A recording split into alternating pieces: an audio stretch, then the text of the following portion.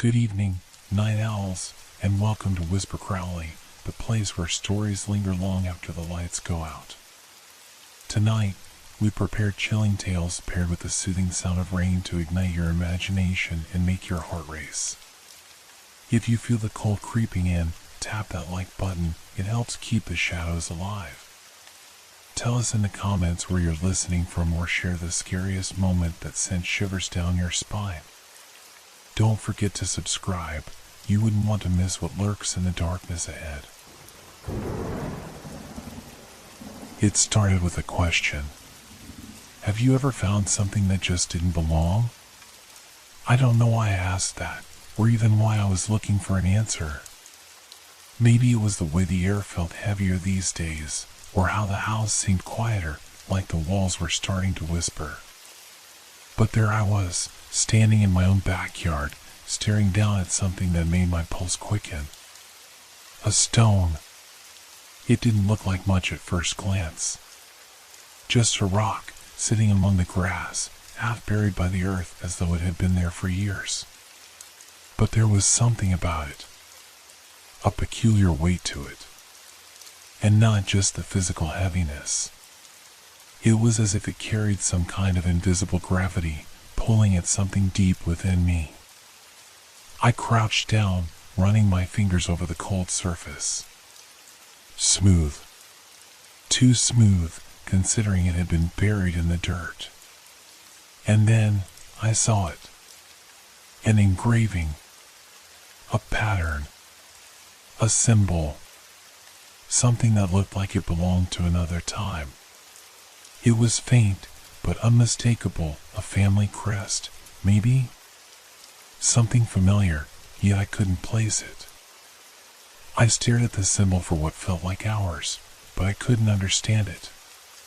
The feeling of being watched crept over me, and I stood up quickly. I had no idea why I was suddenly so aware of the sounds around me, the rustling leaves, the distant hum of cars on the road, or how the air felt thicker, more oppressive. But it wasn't just that. Every morning, I found the stone in a different place.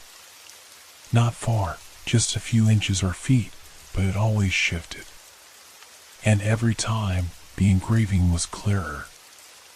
As though it had been carved deeper overnight. As if the stone was alive, somehow. I told myself it was nothing. A trick of the light. A figment of my imagination. But the more I tried to ignore it, the more unsettling it became. It was late one evening when I noticed the first change. The stone was no longer just a stone. The night air was still, too still, and the sounds of the world outside felt muffled, as if they were being swallowed by the dark. I walked toward the stone, my heart already beginning to race as I saw it sitting on the ground. I didn't know why, but I couldn't bring myself to look away. The engraving, it seemed to be alive, shifting in the moonlight. I bent closer, reaching for it. But the moment my hand brushed the surface, I froze. The stone was warm. Unnaturally warm. I jerked my hand back, but not before I felt something beneath the surface.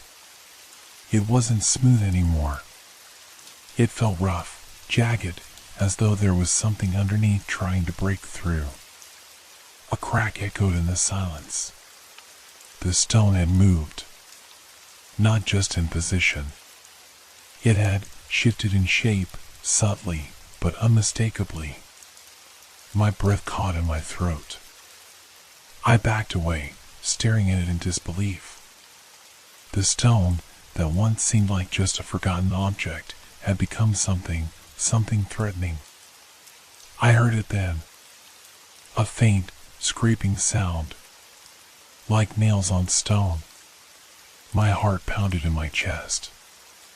I turned, but there was nothing behind me. Nothing in the shadows. I looked back at the stone, and my stomach dropped. The engraving was deeper now. More defined. As though it was calling out to me. Or warning me. I tried to shake off the fear, telling myself it was nothing. But I couldn't. Something was wrong. And I couldn't shake the feeling that it was just the beginning. It wasn't until the next morning that I realized how much worse it had become. The stone had moved again. But this time, it was closer. Too close. Right by the back door. The sun had barely risen, casting a faint glow over the backyard. But it felt wrong. The air was colder than usual, even though it was summer, and the quiet was heavier, thicker. I stepped outside, still groggy from a restless night. The stone was the first thing I noticed. It wasn't where I had left it. It had moved again. This time, it was right by the back door, almost as if it was waiting for me. I could see the faint outline of the engraving even from where I stood, the symbols carved deeper than before, almost as though the stone was trying to communicate, to tell me something I couldn't understand. The moment I laid eyes on it, a shiver ran down my spine. I approached it cautiously, my heart pounding in my chest. The grass underfoot felt like it was pressing up against me, as if the ground itself was resisting my every step. The stone seemed heavier now, the weight of it dragging at my feet, making it harder to move. When I finally reached the stone, I knelt down and reached out, my fingers trembling. The smooth surface was still warm, far too warm for something that had spent the night outside. As my hand made contact, the sensation shifted again. No longer just warmth, but a subtle vibration. The stone was alive. I jerked my hand back, and for a moment, the world around me seemed to still. No birds. No rustling of leaves. Just silence. I looked around, feeling like I was being watched from every corner, though I saw nothing. That's when I heard it. A faint, almost imperceptible whisper. At first, I thought it was just the wind, but there was something different about it. It was more deliberate, like a voice, low and distant, but unmistakable. I stood up, heart hammering in my chest. The whisper grew louder. It was like the stone was calling me, beckoning me closer. The hairs on the back of my neck stood up, and I backed away, not wanting to be near it anymore. But the stone seemed to pull me in. I couldn't explain it. I wasn't in control of my body anymore, and before I knew it, I was standing over it again, hands shaking, reaching for the engraving. The symbols were clearer now, almost glowing under the light of the morning sun. I traced the lines with my finger, but as I did, I felt a sudden pressure, like something was trying to push back. It wasn't just a symbol. It was a warning. I pulled my hand back as if burned, but the whisper didn't stop. It was louder now, sharper.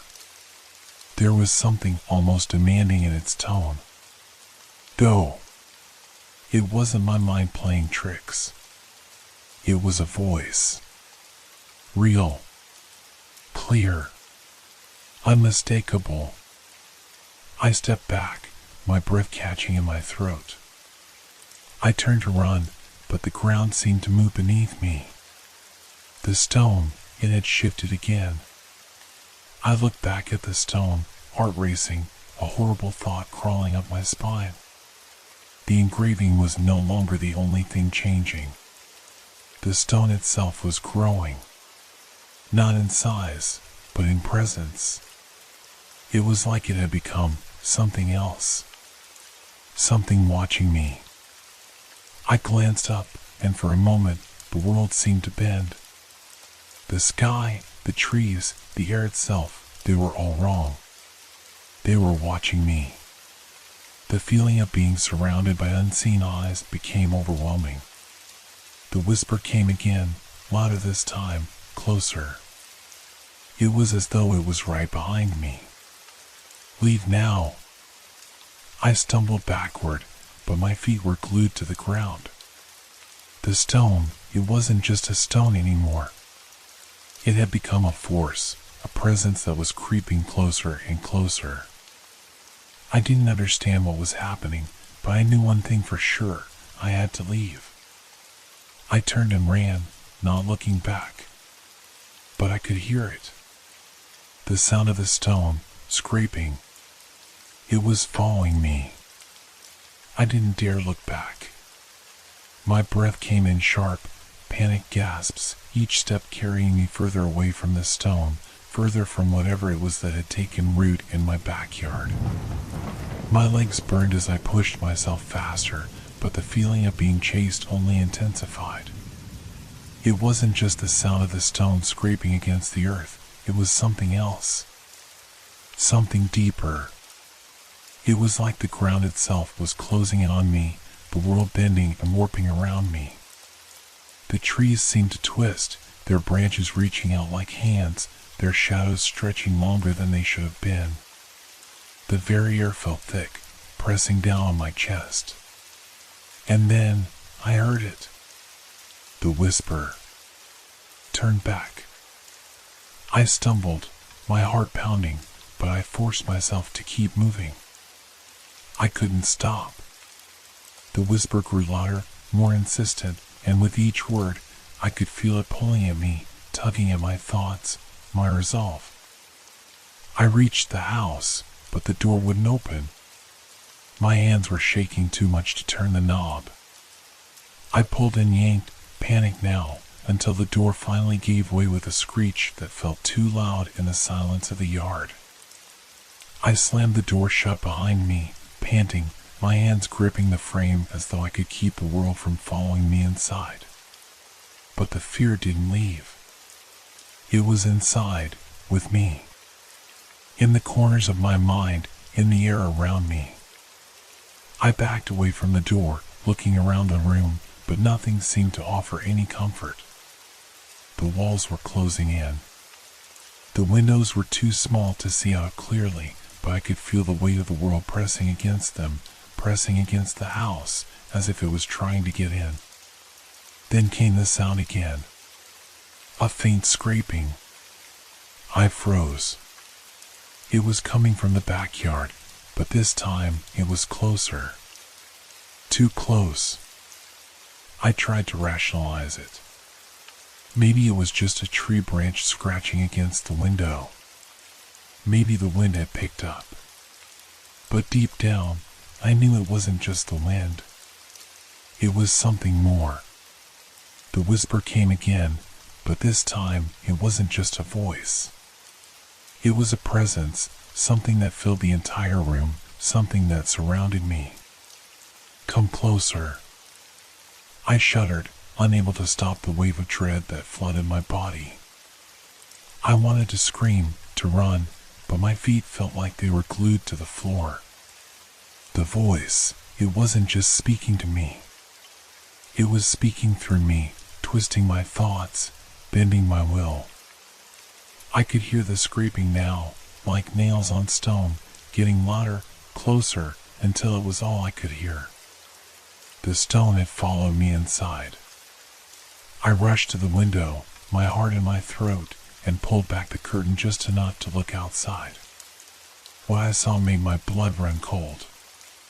The stone wasn't where I had left it. It was right by the door, as if it had been waiting for me to open it. But that wasn't the most terrifying thing. The most terrifying thing was that it was moving.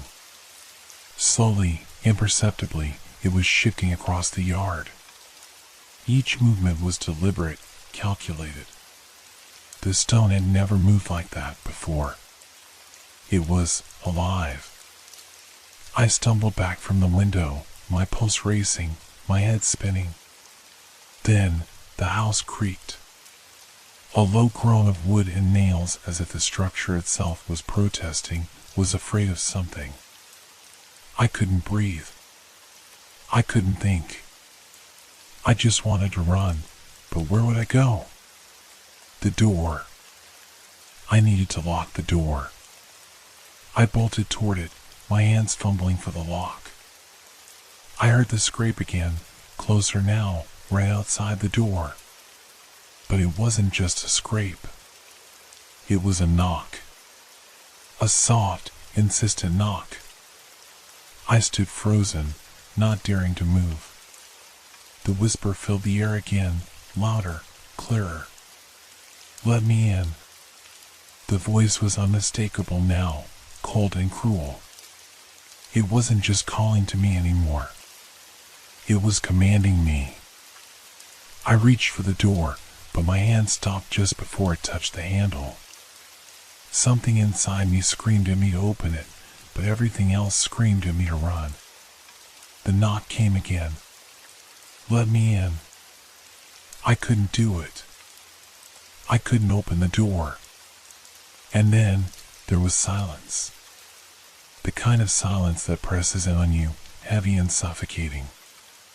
I waited for what felt like hours, every fiber of my being screaming for me to act, to do something.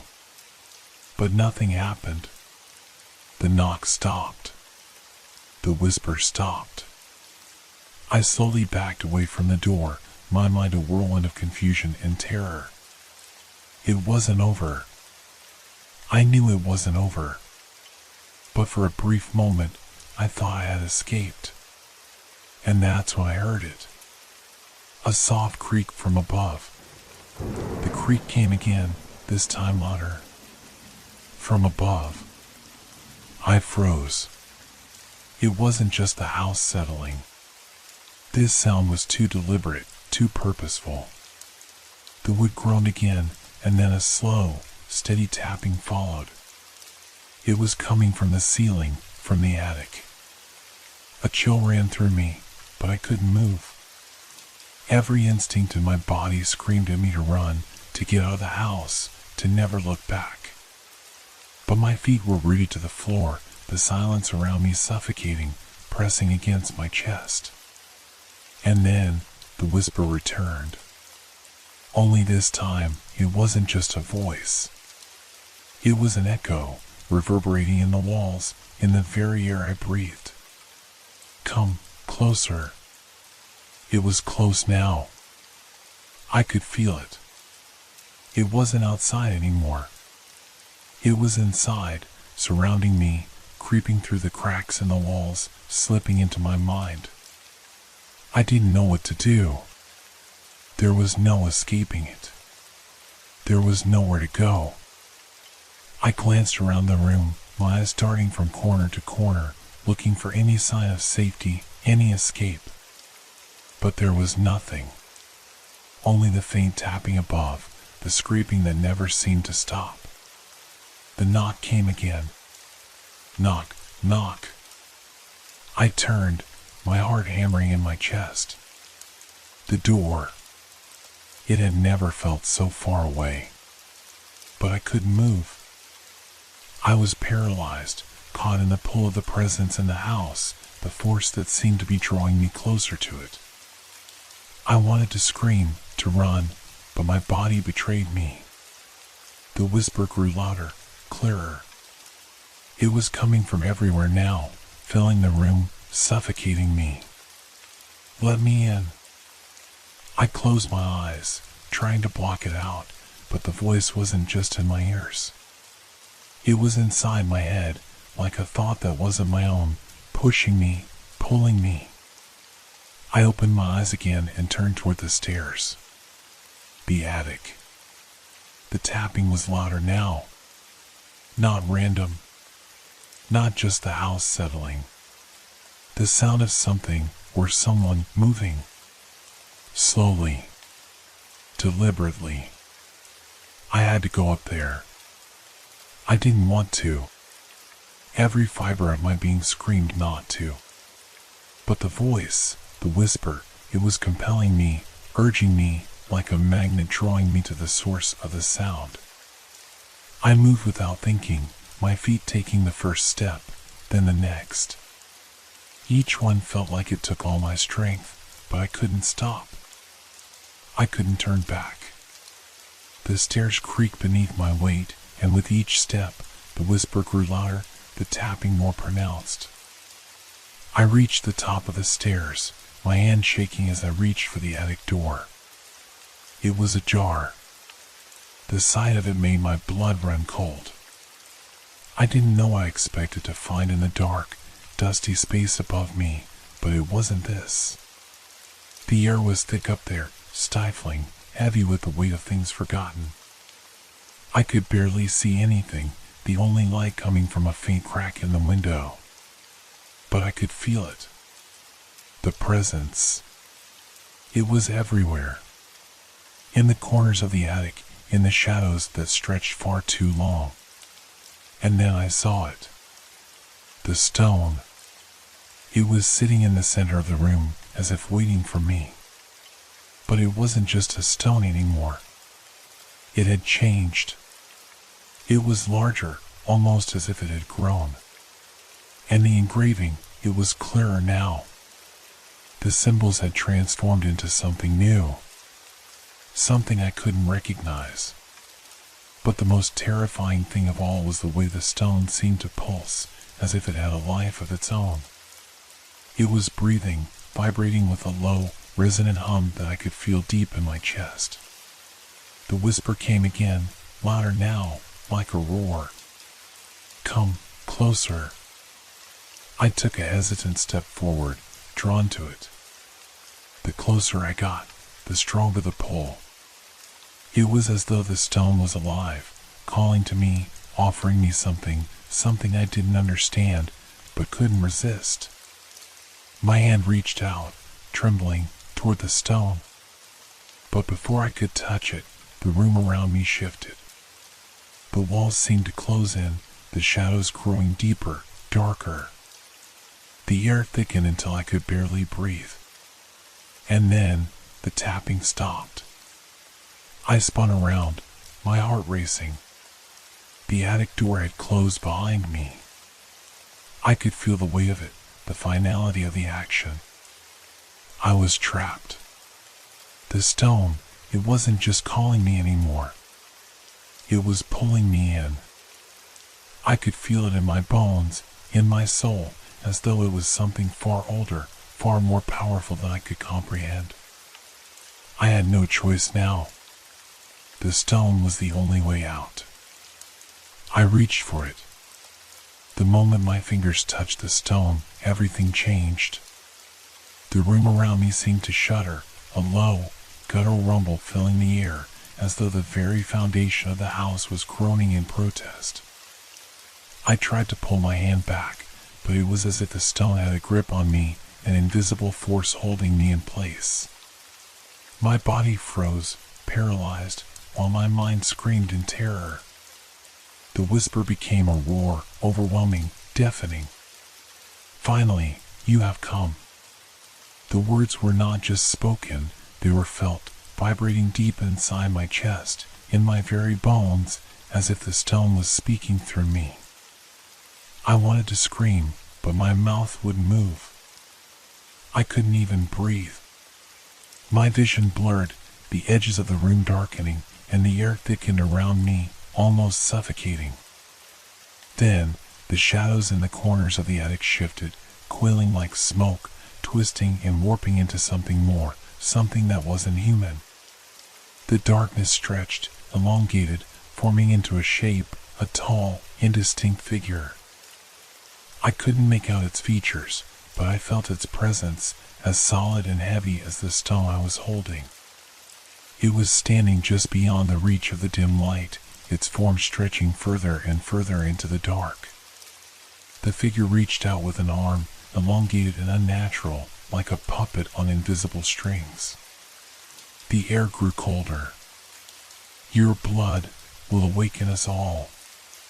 The words rang out again, clear and commanding. My heart thudded in my chest, the pounding so loud it almost drowned out the voice. The figure moved, its movements slow and deliberate, as if savoring every moment of my fear. I wanted to run, to scream, but my body remained frozen, as if the stone had its grip not just on my hand, but on my very soul. "Let me go!" I tried to shout, but the words died in my throat. The air was thick, suffocating. The stone pulsed in my hand, its vibrations now matching the frantic beating of my heart. The figure was getting closer now, its form more defined with each step. And then, in a sudden, sharp movement, it lunged. I flinched, but it was too late. It wasn't just the stone that held me anymore. The figure's hand reached out, cold as ice, and its fingers curled around my wrist. I could feel the chill seep into my skin, numbing my entire arm, spreading through my veins. Enough. The voice in my mind wasn't the figures. It was the stone. The whisper had stopped, replaced by something else, an overwhelming force, a presence that seemed to take over everything. The figure paused, its shadow flickering like a candle in the wind. For a moment, there was silence. And then, everything shattered. I felt the stone pull from my hand as if it were a part of me, ripped away with an unnatural force. The figure screamed, but it wasn't a scream of pain, it was a sound of pure, unrestrained rage. The stone fell to the ground with a crash, the impact vibrating through the entire house. The figure shrieked in fury, its form beginning to unravel, twisting into dark smoke that scattered and dissolved into nothingness. The cold released its grip on me, and for the first time in what felt like hours, I could breathe again. But the house was different. The air felt lighter, but the walls seemed to close in on me. The shadows were still there, creeping, moving, as if they hadn't fully disappeared. And in the center of the room, the stone lay, still pulsing, still vibrating. I wanted to leave. I wanted to run out of the house and never look back. But I couldn't. Something about the stone, something about what had just happened made it impossible to move. And then, I heard it. The whisper was back. But this time, it wasn't just a voice. It was my voice. Come closer, take it. I was no longer sure if I was in control of my own thoughts. The stone, the engraving, the symbols, they were all consuming me, pulling me in like a tidal wave, threatening to drown me in their ancient power. I stared at the stone, my hand trembling as it reached toward it. I wasn't sure if I had made the decision or if it had made it for me. But I could feel it. The pull was stronger than before. The stone wanted me. It needed me. And as my fingers touched the surface once again, the world went dark.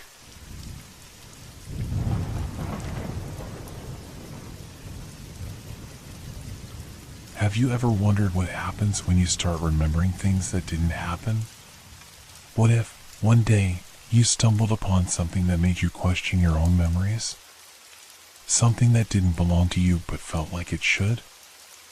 I didn't expect to find an old television in the attic that day.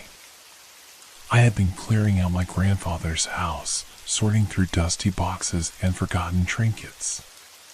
The house had always felt like a maze to me, full of forgotten corners and hidden rooms. It was the house of my childhood, and yet it felt foreign to me now. Empty, silent, like a place that had been abandoned long before he passed away. I wasn't looking for anything special. Just old family photos, papers, and maybe some relics of my past. But when I opened that box, buried under years of dust and spider webs, I found the television.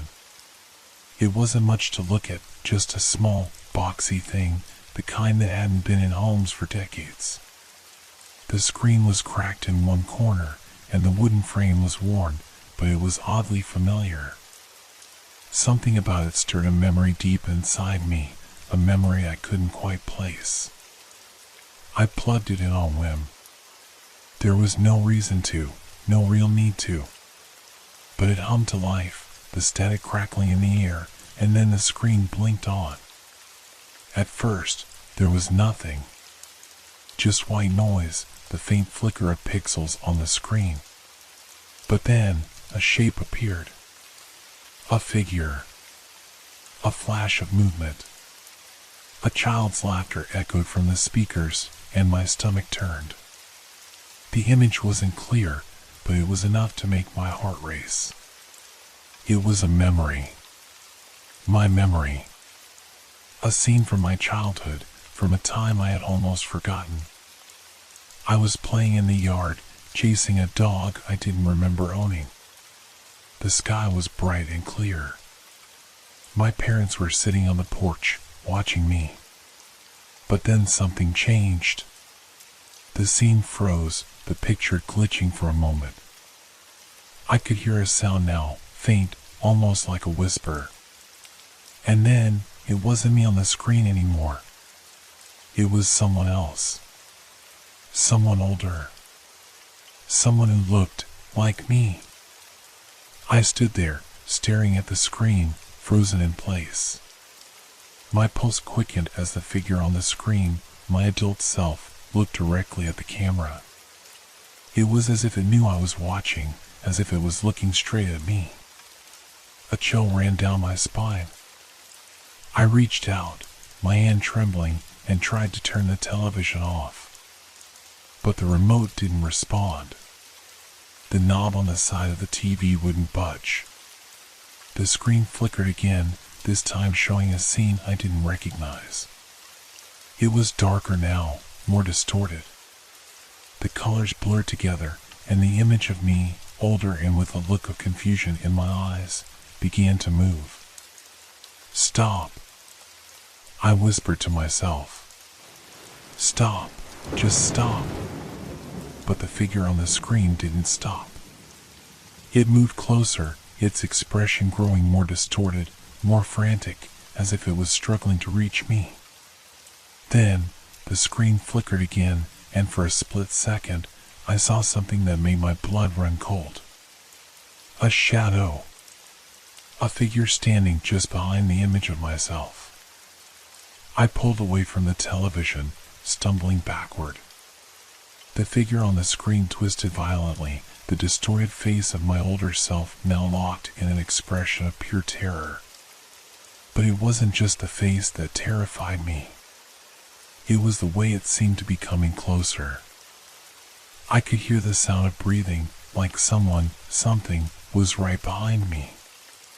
The static on the screen turned into a low hum, a constant buzzing that filled the air, growing louder. The whisper returned, louder this time, too clear to ignore. It wasn't just a voice anymore. It was more like a command. Look closer. I couldn't move. My eyes were glued to the screen, my body frozen, the hair on the back of my neck standing up. The figure on the screen was no longer just a vague memory. It was me, my adult self, staring at me with wide, horrified eyes.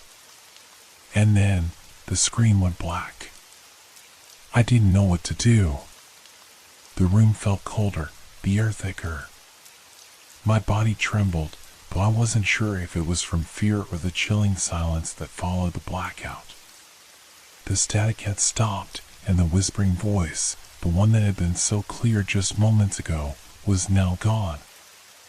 I stood frozen for what felt like an eternity, the only sound the hum of the house, creaking wood, the occasional flutter of a loose window. The television, dark and silent, sat in front of me like an enigma. I took a step forward. My hand hovered over the television, trembling, but I couldn't bring myself to touch it. Every part of me screamed to walk away, to never turn it on again. But something inside me, the same thing that had driven me to plug it in the first place, pushed me forward. Slowly, I reached for the power switch. The television flickered to life again. The screen came on in an instant, but this time, there were no childish scenes, no more memories of summer days spent running in the yard. No, this time, it was something different. The picture was grainy, the colors washed out, but I could make out the shape of a room. A room that I knew all too well. It was my childhood bedroom, but one I hadn't seen in years. The same wallpaper, the same old dresser. Everything was exactly as it had been when I was a child. But there was someone else in the room. Someone sitting at the edge of the bed. It was me. It was the same face, the same features, but this time it wasn't the face I remembered. This version of me, older, wearier, was staring at the screen with a blank expression. The camera angle shifted, and the figure moved. It walked across the room in slow, deliberate steps, and I could feel the weight of each footstep reverberating in my chest. I didn't understand what was happening. How was this possible? Why was I seeing this? And then, there was a sound. The soft click of a door opening. I turned my head sharply. The air felt thick again, like something was about to happen, like something was just behind me. My pulse quickened, but I refused to look away from the screen. On the television, my younger self, the one in the bed, was sitting up, staring at the door. I could see the fear in my younger face, the same fear I had felt all those years ago. But what was it? What was coming through that door? The figure in the bed wasn't alone anymore. Standing in the doorway was a shadow, a tall, indistinct shape, its features hidden by darkness. The figure in the doorway was watching me. No, watching my younger self. My stomach dropped. The figure in the doorway moved closer, its presence overpowering the dim light of the room. I could hear the sound of its footsteps, the creak of floorboards, as though the figure was crossing into the room from the screen, pulling me into the memory. I blinked, but the figure was still there. And then the door slammed shut, the sound echoing through the room. I gasped, my heart racing. The screen flickered again, then went black. I pulled away from the television, stumbling backward. My breath was shallow, each inhale sharp and desperate. This couldn't be real. It couldn't be happening. The screen was nothing more than a piece of old technology, a relic from another time.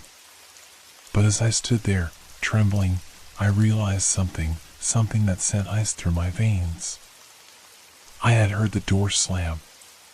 It hadn't been on the television. It had been behind me. I turned slowly, my body frozen with terror. The room was exactly as it had been before, the same worn wallpaper, the same dust settling in the corners of the room, but I felt it. The presence. The weight of something, or someone, standing just beyond my line of sight. I didn't dare to move, but the sound came again. A soft, steady tapping. Almost like footsteps, but slower. Methodical. My skin prickled. The sound was coming from the hallway. Is anyone there? I whispered, my voice shaking. There was no answer. Only the sound of the tapping. Closer now. Closer. I rushed to the door, the fear propelling me forward. I yanked it open, but the hallway was empty. I stepped out into the dim light, the floor creaking beneath me with each step I took. The air felt thick, the walls closing in on me, pressing in with each breath. But when I reached the end of the hall and turned the corner, there was no sign of anything. No shadow. No figure. Just the silence. I swallowed hard. The tapping had stopped. I turned back to the room, closing the door behind me. The silence was almost deafening now. Too quiet. Too still. I walked back to the television. The screen was still black, but I couldn't stop staring at it. The whispers were gone for now, but I knew they would return. They always did. It wasn't just the television. It was the memories. The manipulation of them. I had no idea what was happening to me, but I could feel it deep inside. Something was drawing me in.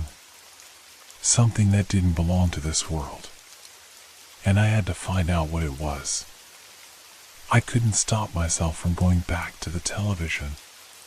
No matter how much I told myself to walk away, to leave the house, to get as far from the thing as I could, my feet seemed to move on their own. The house felt like a trap, the walls pressing in on me, and the TV, that old TV, was the one thing that felt familiar, even though I knew it was anything but. My heart pounded as I sat back in front of it, the screen still black. I waited, my breath shallow, my palms sweating. The silence felt heavy, suffocating. But then, just as before, it began. The static crackled, the hum of the television's power filling the room like a low, steady growl. I almost didn't want to look.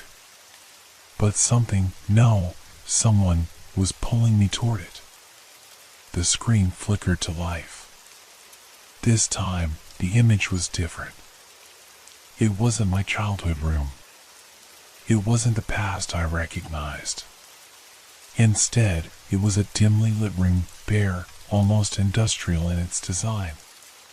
Concrete walls, a single light bulb hanging from the ceiling, swaying slightly in the air. The air was thick, like it hadn't been disturbed in years. There was a single chair in the middle of the room, and seated in it was a man. His face was obscured by shadows, but I could feel his presence, like he was watching me, even though he didn't move. There was something unsettling about him, about the stillness in the room. My stomach twisted. But then I noticed something. Something that sent a sharp chill down my spine. The man wasn't just sitting there. He was staring directly at me. His eyes, hidden in the shadows, were locked onto mine. And I knew, deep down, that he wasn't just part of the screen. He was somehow connected to me.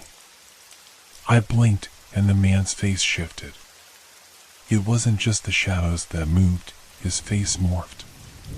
The features changed slowly, like a mask shifting. And then I saw it. It was my face. The figure on the screen was me. It was me.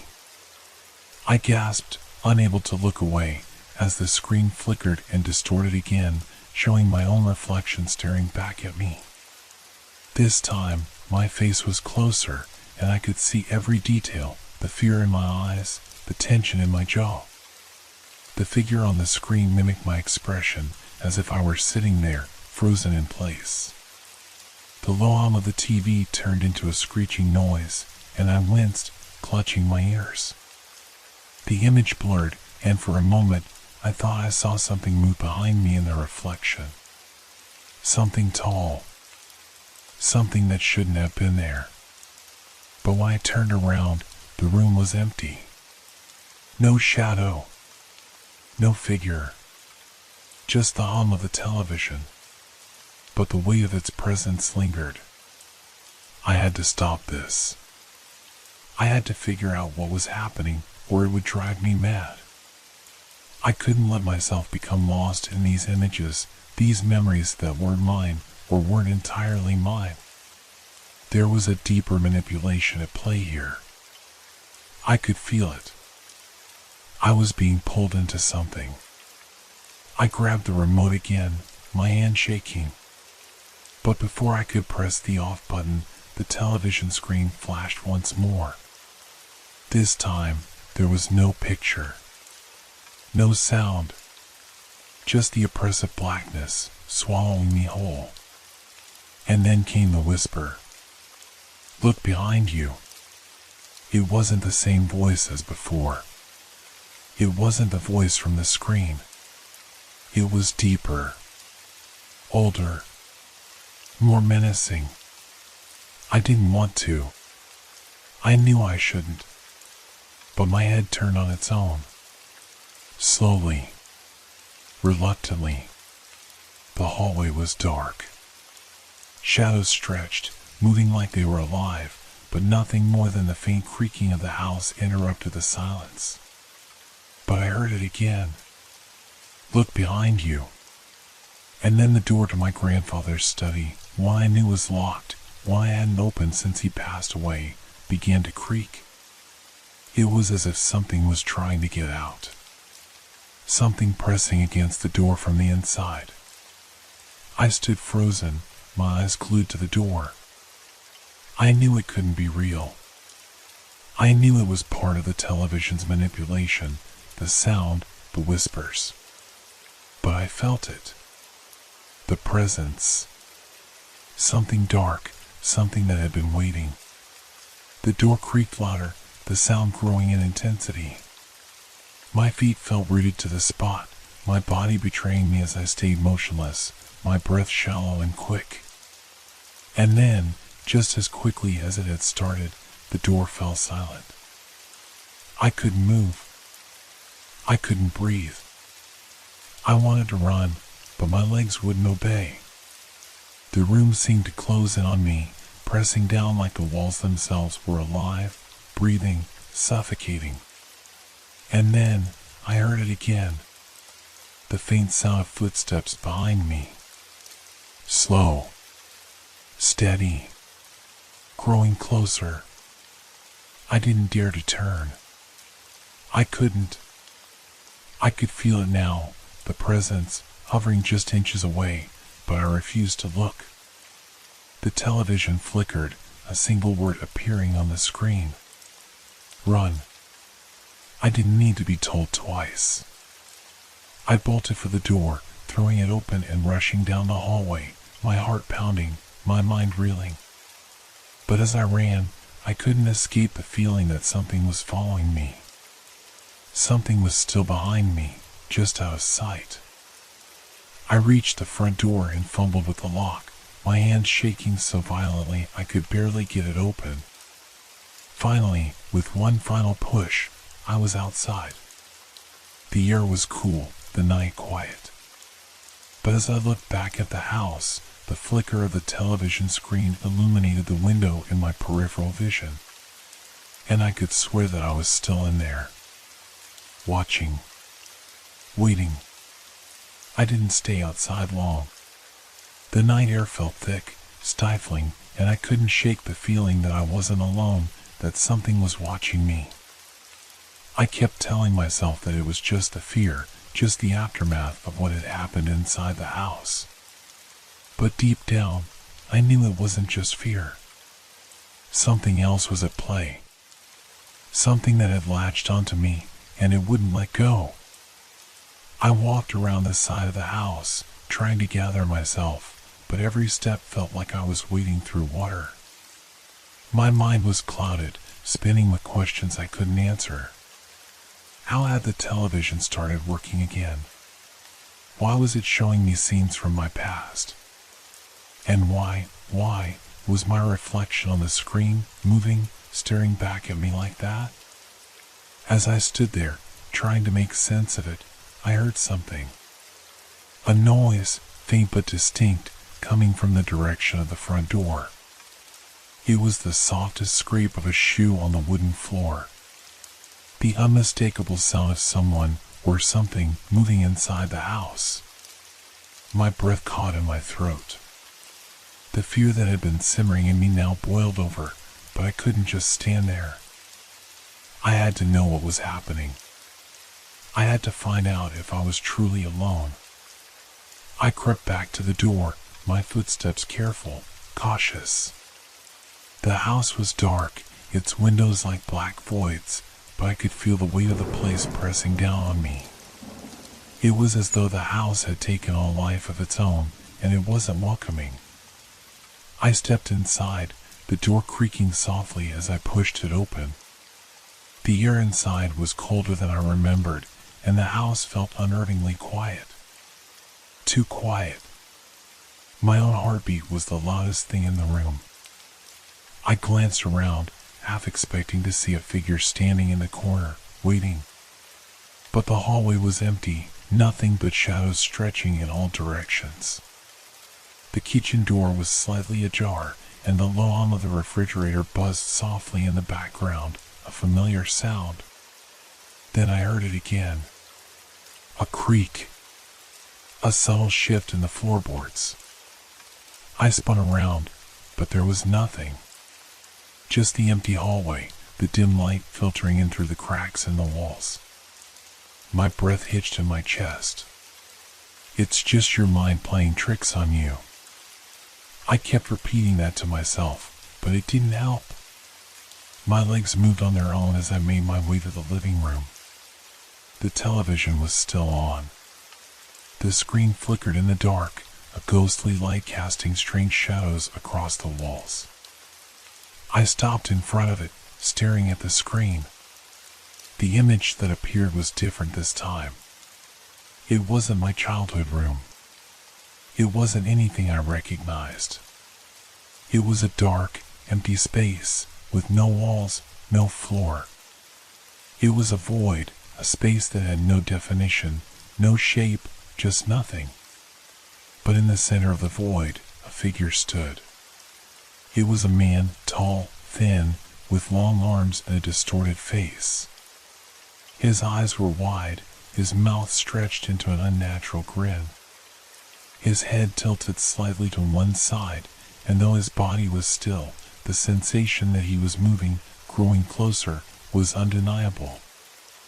And then he spoke. "You shouldn't have looked." The words echoed through the room, cold and sharp, as though they were coming from all around me. I felt them in my chest, in my bones. My hands trembled as I backed away from the screen. I wanted to run. I wanted to scream. But I was frozen, caught in the grip of something I couldn't understand. The figure in the void was getting closer, his grin widening, his eyes piercing through the darkness. And then I heard it again. The footsteps. Closer. They were right behind me now, the sound unmistakable. I spun around, but there was nothing there. The hallway was empty. Silent. No shadow, no figure. Only the soft hum of the television. Look at me. I didn't want to, but my head turned again, drawn to the screen like a magnet. The figure was no longer in the void. He was standing in my living room, standing behind me. His eyes locked onto mine. He was grinning that same twisted grin. I could feel his presence, the weight of his gaze on my neck. The voice, my voice, spoke from the television, the words coming out slow, deliberate. Run. I didn't wait. I couldn't. I bolted down the hallway, my breath ragged, my body shaking. My mind was a mess of panic, but I knew one thing: I had to get out of there. The door. The front door. I reached for the doorknob, but as my fingers brushed against the cold metal, I heard it again. The creaking. It wasn't coming from behind me anymore. It was coming from the door. Slowly, it began to open. I froze. My heart stopped in my chest. The air felt thin, suffocating. And then I saw it. A figure standing in the doorway. Not the man from the television. Not the thing with the twisted grin. But me. It was me. The same face, the same eyes, but there was something wrong. Something dark behind the eyes. Something hollow, like the life had been drained out of me. And then, in a voice that was barely a whisper, I heard myself speak. "It's too late." The figure took a step forward. And then another. I couldn't move. I couldn't breathe. The door slammed shut behind me. I don't remember much about the next few moments. My mind was in chaos, fragmented pieces of fear, confusion, and something darker, deeper, something I couldn't name. It was like I was slipping away from reality, the edges of everything starting to blur together. The door had slammed shut with a deafening force, and I stood frozen in the middle of the hallway, my eyes locked on the figure that was me. I could feel its eyes, my eyes, on me. It didn't move. It just stood there, its hollow gaze boring into my very soul. It's too late. The words echoed in my head like a slow drumbeat. The voice wasn't mine. It couldn't be. But it felt like a part of me, like something buried deep in my memory, waiting to resurface. The room grew colder. The air pressed against my skin, tight and suffocating. My heart raced in my chest as I backed away, my feet stumbling over each other. I didn't know where to go, where to turn. Every direction felt wrong. "Run," the voice from the television whispered again, clearer now. But I couldn't move. The figure stepped forward, its presence overwhelming, its hollow eyes never leaving mine. With each step it took, I felt the air around me growing heavier, like the walls of the house were closing in. I wanted to scream. I wanted to fight. But my body wouldn't obey. I was frozen, paralyzed, trapped in a nightmare that felt all too real. The figure was almost within reach now, its outstretched hand inching toward me, its fingers long and skeletal. I could hear its breath, slow, labored, like it wasn't even human. It spoke again, but this time it was louder, more forceful. "You shouldn't have looked." The words hit me like a physical blow. The pain was almost unbearable, but it wasn't just pain, it was something else, something deeper. It felt like a truth I had been avoiding, a truth I wasn't meant to know. "You shouldn't have looked." I suddenly understood. It wasn't just the television. It wasn't just the memories it was showing me. It was me. All of it. The figure wasn't some other being, some entity. It was me, or rather, a version of me, one I had buried long ago. The television had shown me my past, my memories, but it wasn't just replaying them. It was shaping them, twisting them, forcing me to relive them in a way I couldn't control. The figure was the manifestation of my own guilt, my regrets, my fears, things I had tried to forget. But I couldn't forget them. I couldn't run from them. The figure was reaching for me now, its fingers brushing against my arm, cold and clammy. I felt the touch, and it sent a jolt of electricity through me. It wasn't just physical. It was mental. It was like the figure was invading my mind, pulling me deeper into the memories it represented. "You can't escape," it whispered, its voice a sickly blend of my own and something darker. The room seemed to distort, the walls warping and stretching as the figure's hand grew closer to my throat. I could feel its fingers closing in, tightening, but I couldn't breathe. I couldn't fight back. I could only watch as the shadows in the room shifted, and the memories began to play out again. The television flickered once more.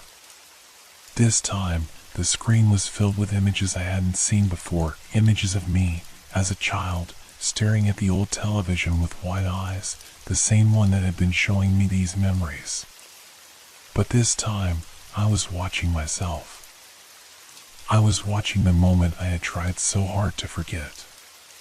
The day my parents left. The day I had been alone. The day I first realized the things I had hidden deep inside me. The memories crashed over me like a tidal wave, and I could feel every moment, the pain, the fear, the loneliness ripping through me. The house was no longer just a house. It was a cage, a trap, and I was the one who had built it. The figure grinned, that same twisted smile, and its fingers finally closed around my neck. I gasped, struggling for breath, my vision darkening. The room spun, and I could feel my body giving in, my mind slipping further away. But then, just as I thought it was over, something changed. The pressure on my neck eased. The figure pulled back, its smile fading into something else, a look of confusion, of uncertainty. I looked down at my hands, and for the first time, I realized they weren't trembling anymore. They were steady, calm. I had been given a choice. I reached forward, my hand trembling slightly, but I knew what I had to do. The television. It was still on, flickering in the corner of the room. The screen was showing me, but this time, I wasn't sure what I was seeing. The edges were fading, the images warping and distorting like they were melting away. With every step I took toward the screen, the figure stepped back, as if afraid of the light. It was trying to retreat, but I wasn't going to let it. I grabbed the remote control from the coffee table, my fingers cold against the plastic. My thumb hovered over the off button. I had to end this. I had to stop the cycle. I pressed it. The television went black.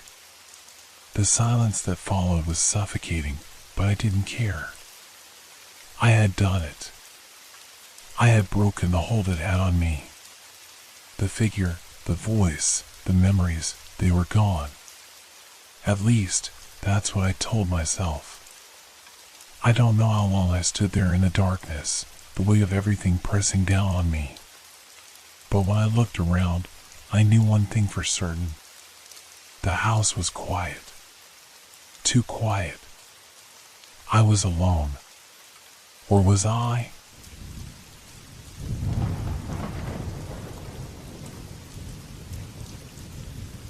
Have you ever found something in a place you knew like the back of your hand, but it wasn't supposed to be there? Something that made you question whether you had really seen it at all, or if you had simply missed it in the past. That's how it started. I live in an old building, one of those that's seen better days. The kind of place where you hear the creaks of the walls settling at night and the occasional groans of plumbing pipes. But it's home. I've been living here for almost 5 years, and I know it better than I know my own thoughts. I know every turn, every corner, every creaky floorboard. So, when I went down to the basement that afternoon, I expected everything to be as usual. It was late, maybe around 10 o'clock. The building was quieter than usual, everyone locked away in their apartments. I had a box to take down for the storage room. It wasn't a big deal. The stairs to the basement were worn, the concrete steps uneven. A couple of them creaked under my weight, the flickering light above casting long shadows that made the whole place feel a little more sinister than it should. But I was used to it. The basement had always been like that, dim and a little eerie, with a low hum from the ancient furnace in the corner. The place was cluttered with old furniture, boxes of forgotten items, and the occasional forgotten appliance. The smell of dust and mildew was heavy in the air, and the sound of my footsteps echoed in the vast emptiness. I'd always hated it down here, but it was just another part of the building. But that night, something was different. I walked past the usual piles of junk when I noticed them. The stairs. There weren't supposed to be stairs there. At least, there never had been before. I froze. It was hard to tell at first because the shadows in the basement played tricks on my eyes, but there they were. A set of stairs leading down into a deeper darkness than I could remember. The old basement only had a single set of stairs that led to the furnace room and storage area. But these were different. I took a cautious step closer, my heart racing. The stairs were narrow, old, and the wood seemed aged, like it hadn't been touched in decades. They weren't on the building plans. I knew this place, every inch of it. And these stairs, they didn't belong. I leaned over the top of the steps, peering into the thick darkness below. A cold draft swirled up from the pit, brushing against my skin. The air smelled strange, too, almost metallic, like rust, with an undertone of something I couldn't quite place. Then I heard it. At first, it was faint, a soft scuffing sound. My first thought was that it was the wind or maybe something from the furnace room. But then the sound became clearer, sharper, footsteps. Someone was walking down the stairs. I froze. My eyes widened in disbelief. The building was empty. I hadn't heard anyone come down here, and besides, there was no reason for anyone to be down here in the first place. But the footsteps continued, slow and steady, each step echoing louder in the silence of the basement. I held my breath, listening intently. The footsteps stopped. Just like that. I waited, straining my ears for any other sound. But nothing came. The silence hung thick, almost unbearable. My pulse pounded in my temples. Something wasn't right. Against my better judgment, I took a step back toward the stairs. My feet felt heavy, like they were being pulled by some unseen force. The draft seemed to grow colder, and I could feel the hairs on my arms stand on end. The silence was more oppressive now, like the basement was holding its breath. I glanced around, half expecting to see someone in the dim light, but there was nothing. The air had grown heavier, and the shadows seemed to stretch farther into the dark corners of the basement. I couldn't shake the feeling that I was being watched, that something was waiting. I thought about going back upstairs, just leaving and pretending I hadn't seen anything, but my feet wouldn't move. Something in me wanted to go down those stairs. I felt the pull, an almost magnetic draw to the darkness below. But I knew better than to give in. I stepped back again, slowly, but as my foot lifted off the ground, I heard it again. The footsteps. But this time, they were closer. I jerked around, my breath catching in my throat. Nothing. There was no one there. No one. But the footsteps hadn't stopped. I turned to the stairs again, heart racing. The first step was a few inches away from where I stood. They were waiting, those stairs, calling to me. Something had changed. Something was down there, and it was waiting for me to take that first step. I backed up toward the door, my hands gripping the edge of the frame. I couldn't tear my eyes away from the stairs. They were so still, so quiet. But I could feel it, that pull, stronger now. I could hear my own heartbeat thundering in my chest as I reached for the light switch. My hand was shaking. But before I could flick the switch, the door behind me slammed shut. I spun around, panic flooding my veins. The basement was no longer empty. Something was there. The door to the basement had slammed shut behind me, trapping me in the cold, dimly lit space. My heart pounded in my chest, and my breath came in short, shallow gasps. I turned quickly, my eyes searching the dark corners of the room, the air heavy with an unshakable sense of dread. I could still hear the footsteps. They were soft at first, like the scuffing of shoes on old wood. Then they stopped, but the silence that followed felt wrong, unnatural, suffocating. I didn't want to move, but I couldn't stand there forever either. The walls felt like they were closing in on me, pressing in from all sides. I tried the doorknob, but it wouldn't budge. Locked. I could feel the cold sweat on my skin, the pressure building inside me. I wasn't sure what was happening, but I knew one thing for certain: I wasn't alone. The footsteps started again. They weren't coming from the stairs, though.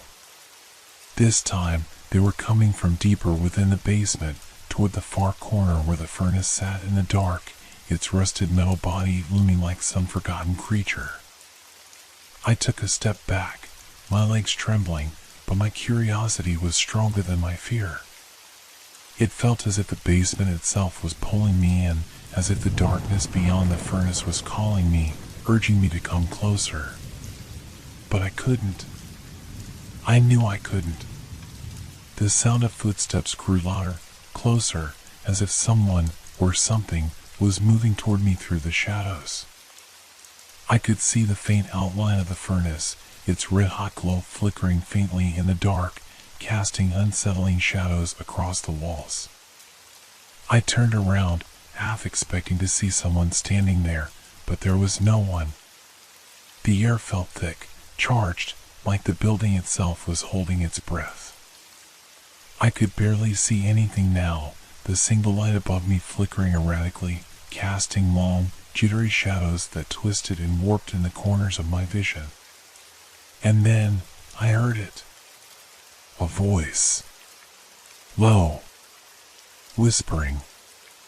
At first, I couldn't make out the words, but as it grew louder, I realized it was calling my name. Come closer. The voice whispered, sending a chill down my spine. It's waiting for you. I took a hesitant step forward, my feet almost moving of their own accord, as if I were being guided. The air felt even colder now, like an unseen wind had picked up, brushing past me and sending shivers down my spine. The footsteps stopped. I froze. It was too quiet now, too still. I could hear my own heartbeat in my ears, pounding like a drum. My eyes darted around the basement, searching for any sign of movement. The shadows seemed to shift in the corners, and the low hum of the furnace became louder, as if it were breathing. I had to get out of there. I turned back to the door, grabbing the knob again, trying to force it open. But the door wouldn't move. A sudden sound made me stop. A soft scrape, like nails dragging against the floor. My skin crawled. It was coming from behind me. The sound was unmistakable, slow, deliberate, like something or someone was creeping up from the shadows. I spun around, my heart in my throat. And that's when I saw it. At the foot of the stairs, there was a figure. Tall. Shadowed. Unmoving. It stood there, perfectly still, just beyond the edge of the light. The form was blurred, like the shadows had taken on human shape, but its outline was faint, indistinct. I could feel its gaze on me. It was as if it were studying me, waiting for me to make a move. I tried to back away, but my legs wouldn't respond. My whole body felt paralyzed, caught in the grip of fear. Then, without warning, the figure began to move. Slowly, it stepped forward, its feet making no sound as it descended the stairs. Each step echoed in my ears, the noise growing louder and louder. My breath came in sharp gasps, but I couldn't tear my eyes away from it. The figure reached the bottom of the stairs and stepped into the faint light, its shape becoming clearer. It was me. Not exactly me. It was my face, my body, but twisted. The figure had the same outline as mine, but its eyes were dark, hollow, and its movements were wrong, too fluid, too unnatural. It moved like it was floating, as if its feet didn't touch the ground. I opened my mouth to scream, but no sound came out. The figure smiled at me, slowly, unnervingly. "Come with me," it said in a voice that was almost my own. "You've always known what's waiting down here." I stumbled back, panic surging through me. What was this? How was this even possible? Before I could think any further, the figure began to advance. I felt the air grow colder as it approached, and my instinct screamed at me to run. But the door wouldn't open, and the darkness behind the furnace seemed to grow deeper, swallowing up any hope of escape. The footsteps stopped again. I didn't know if it was waiting for me to come closer, or if it was simply watching, biding its time. I had no idea what it wanted, but I knew one thing for sure: I had to get out. I could feel my heart pounding in my chest, the weight of fear pressing down on me. The figure, me, was getting closer, its unnatural movements drawing it nearer, step by step. My legs refused to move, as if my body had betrayed me, paralyzed by the nightmare that was unfolding before my eyes. I needed to escape. I had to get out of the basement, but the door wouldn't budge. My mind raced, looking for any way to break free, to get away from the thing that looked like me but wasn't. The figure's hollow eyes seemed to pierce through me, its smile stretching unnaturally wide. It wasn't just an imitation of me, it was wrong. It moved too fluidly, too perfectly, as if it had no weight, no substance. "You can't run," it said, its voice a distorted echo of my own. "This place, it's part of you now." My stomach churned, and I forced myself to take a step back, away from the stairs, away from that thing. But I wasn't sure if it was fear making me move, or some other force, some pull drawing me in. I had to think. I had to get out of here. I looked around the basement frantically, searching for anything that might help. My eyes fell on the furnace, its dim light flickering in the distance. It was the only thing in the room that hadn't shifted in the chaos around me. The only thing that still felt real. I turned back to the door, trying the knob again. Nothing. It was stuck, locked, or worse, something was keeping it shut. But as my hand gripped the knob again, I heard a sound. The figure's steps had stopped. I dared to glance over my shoulder. It was standing still, staring at me, waiting, watching. And that's when I heard it. A soft clicking sound, like gears turning. The furnace. I could hear the low hum of machinery from behind it, as though something inside was awakening, shifting. There was something hidden there, something that hadn't been there before. It felt like the basement itself was alive, pulling at the very fabric of reality, bending it to its will. I had no time to think. I ran toward the furnace. With trembling hands, I pried open the rusty metal doors, the screech of metal on metal sending a shiver down my spine.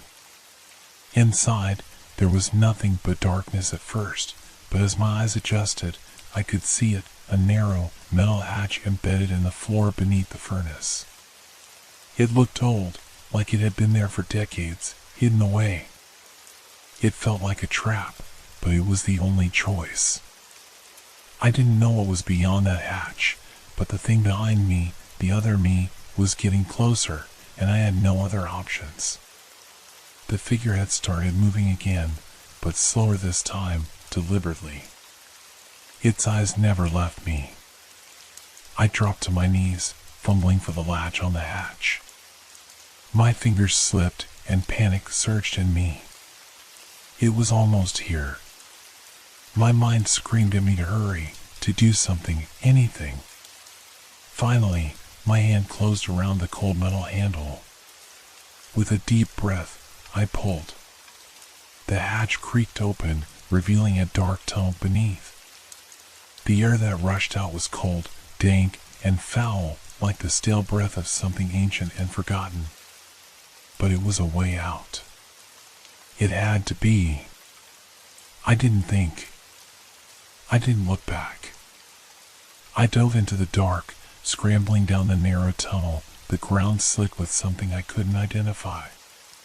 The tunnel twisted and turned, too narrow for me to stand upright.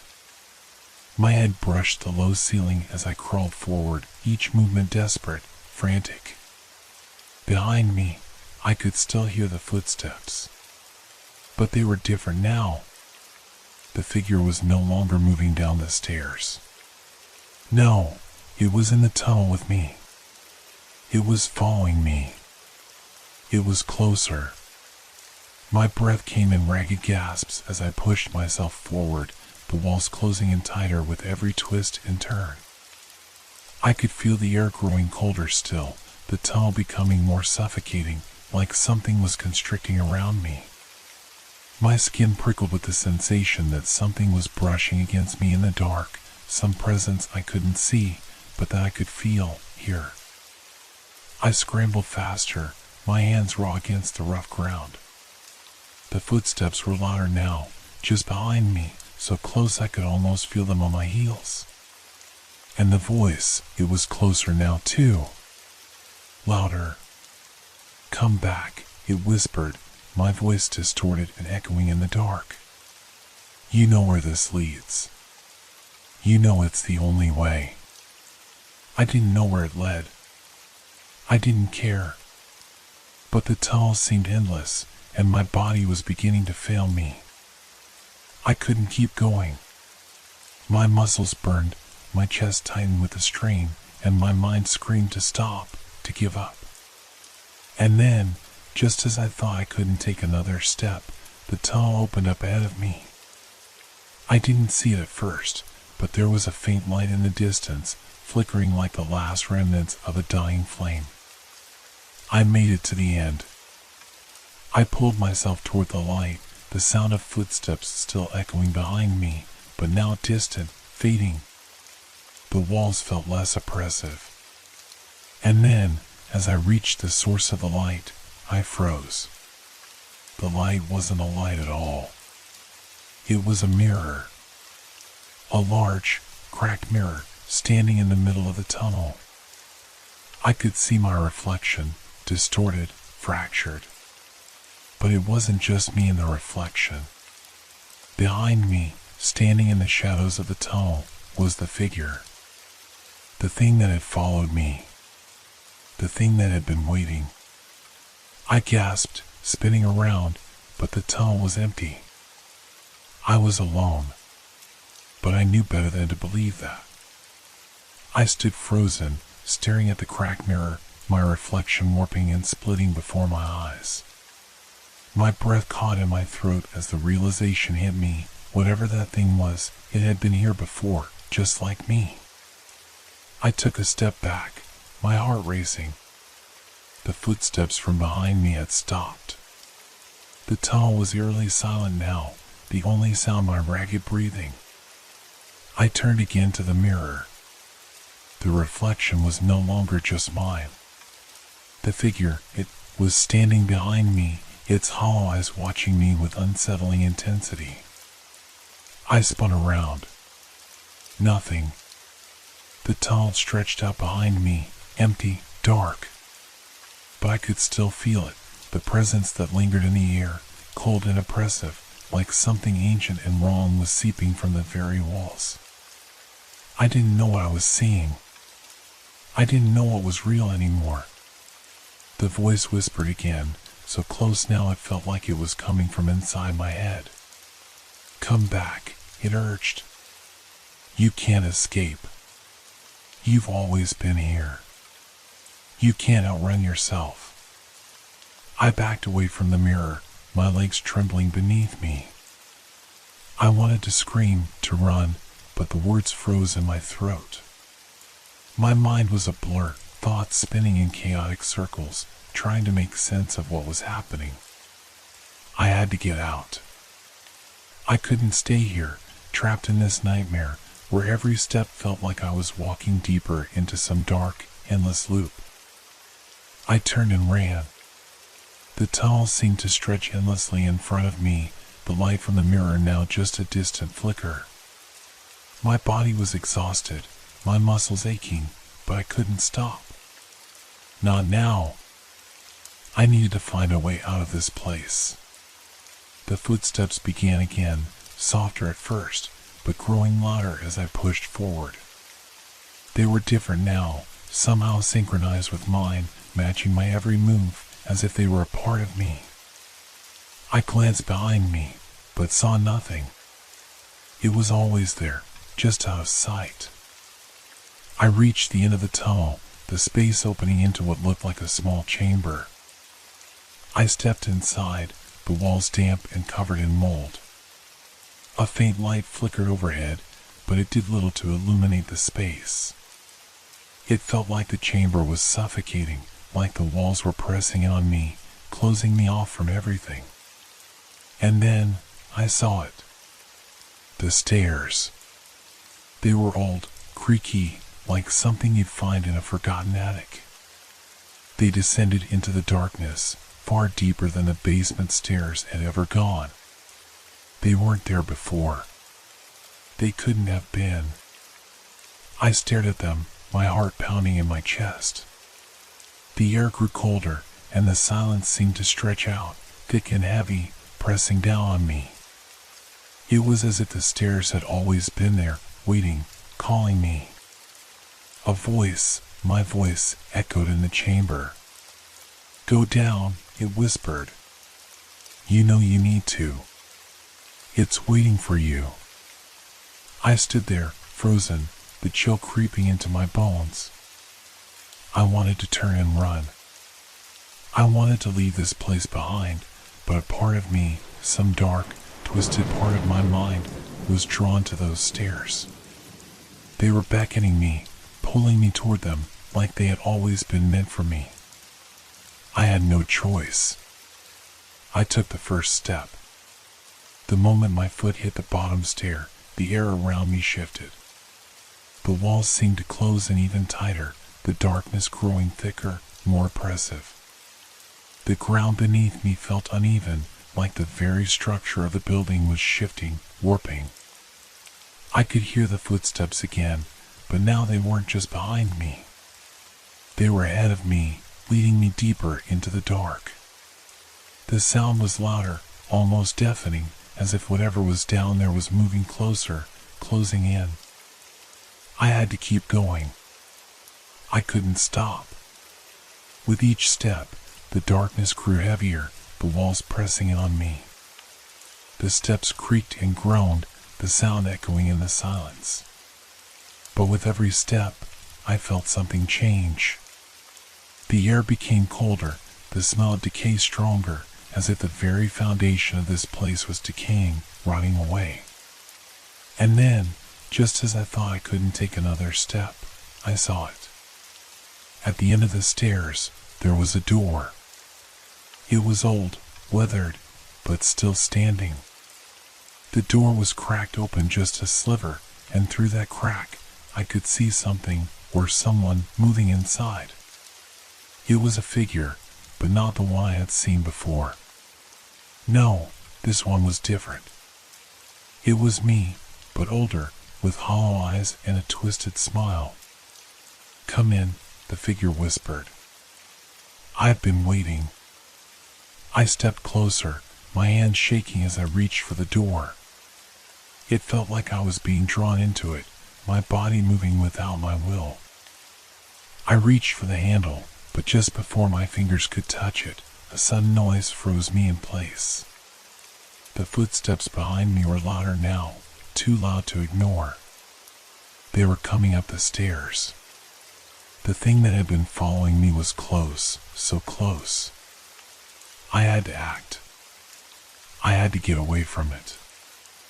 I turned and ran, tearing myself away from the door. My legs burned with the effort, but I didn't stop. The footsteps were now right behind me, getting closer with every passing second.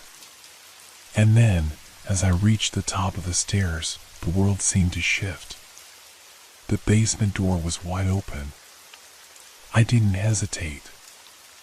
I ran through it, out of the tunnel, into the light. But as I stepped into the hallway, I stopped. The door to the basement was still there, right in front of me. I hadn't escaped. I stumbled backward, heart hammering in my chest. The basement door stood before me, just as it had been when I first entered. The hallway stretched out beyond it, yet the darkness that had been behind that door still clung to my mind like a shadow, suffocating everything around me. I reached for the door, hand trembling, desperate for some sense of normalcy.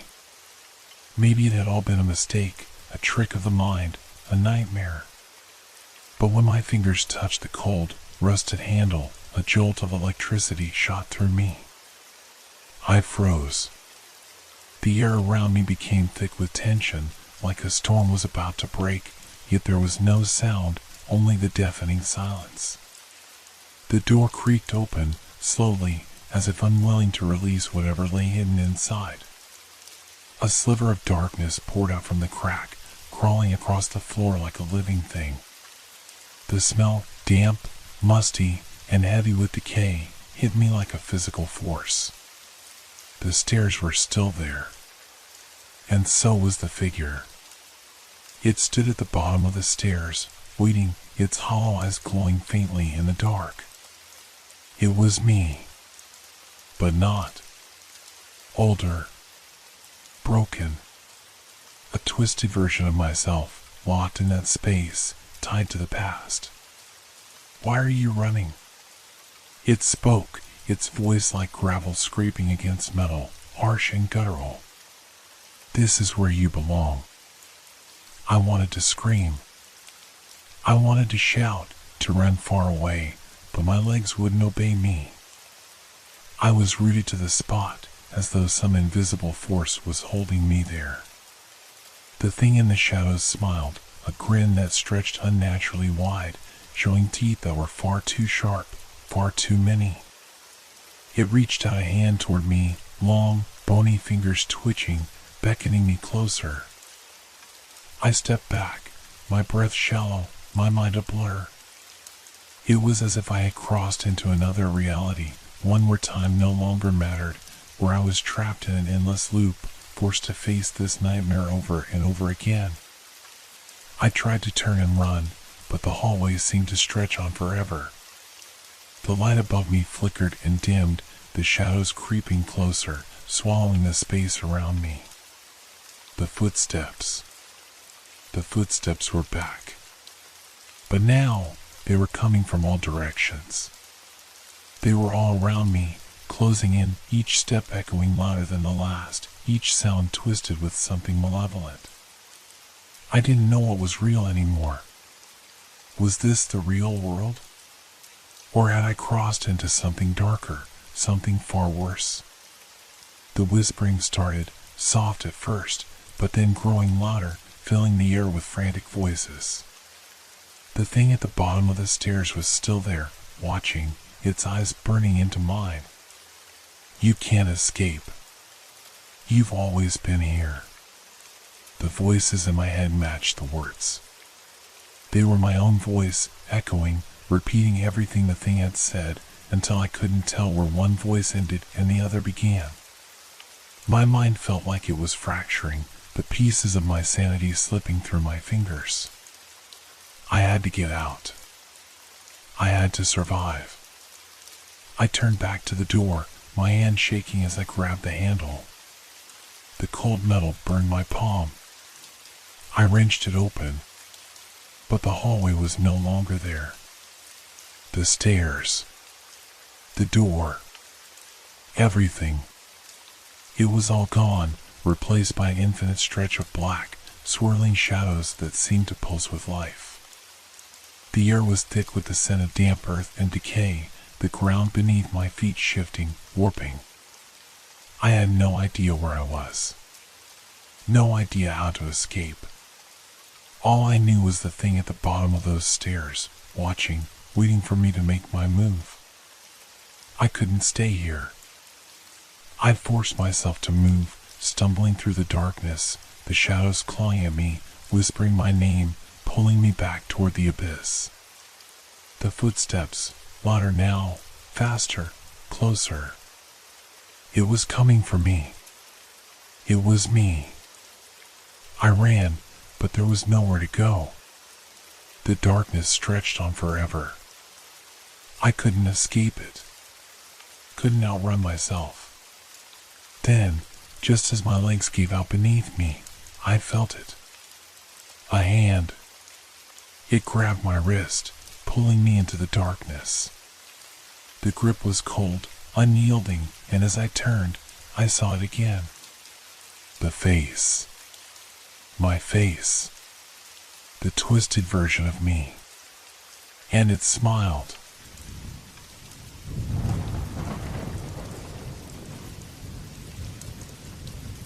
Have you ever heard voices in the middle of the night? Not in your dreams, not from your mind, but from the street outside your window, as if someone is standing right there, whispering things you can't quite make out? What would you do if you heard them, and then, when you looked, you saw nothing? I never thought something like that could happen to me.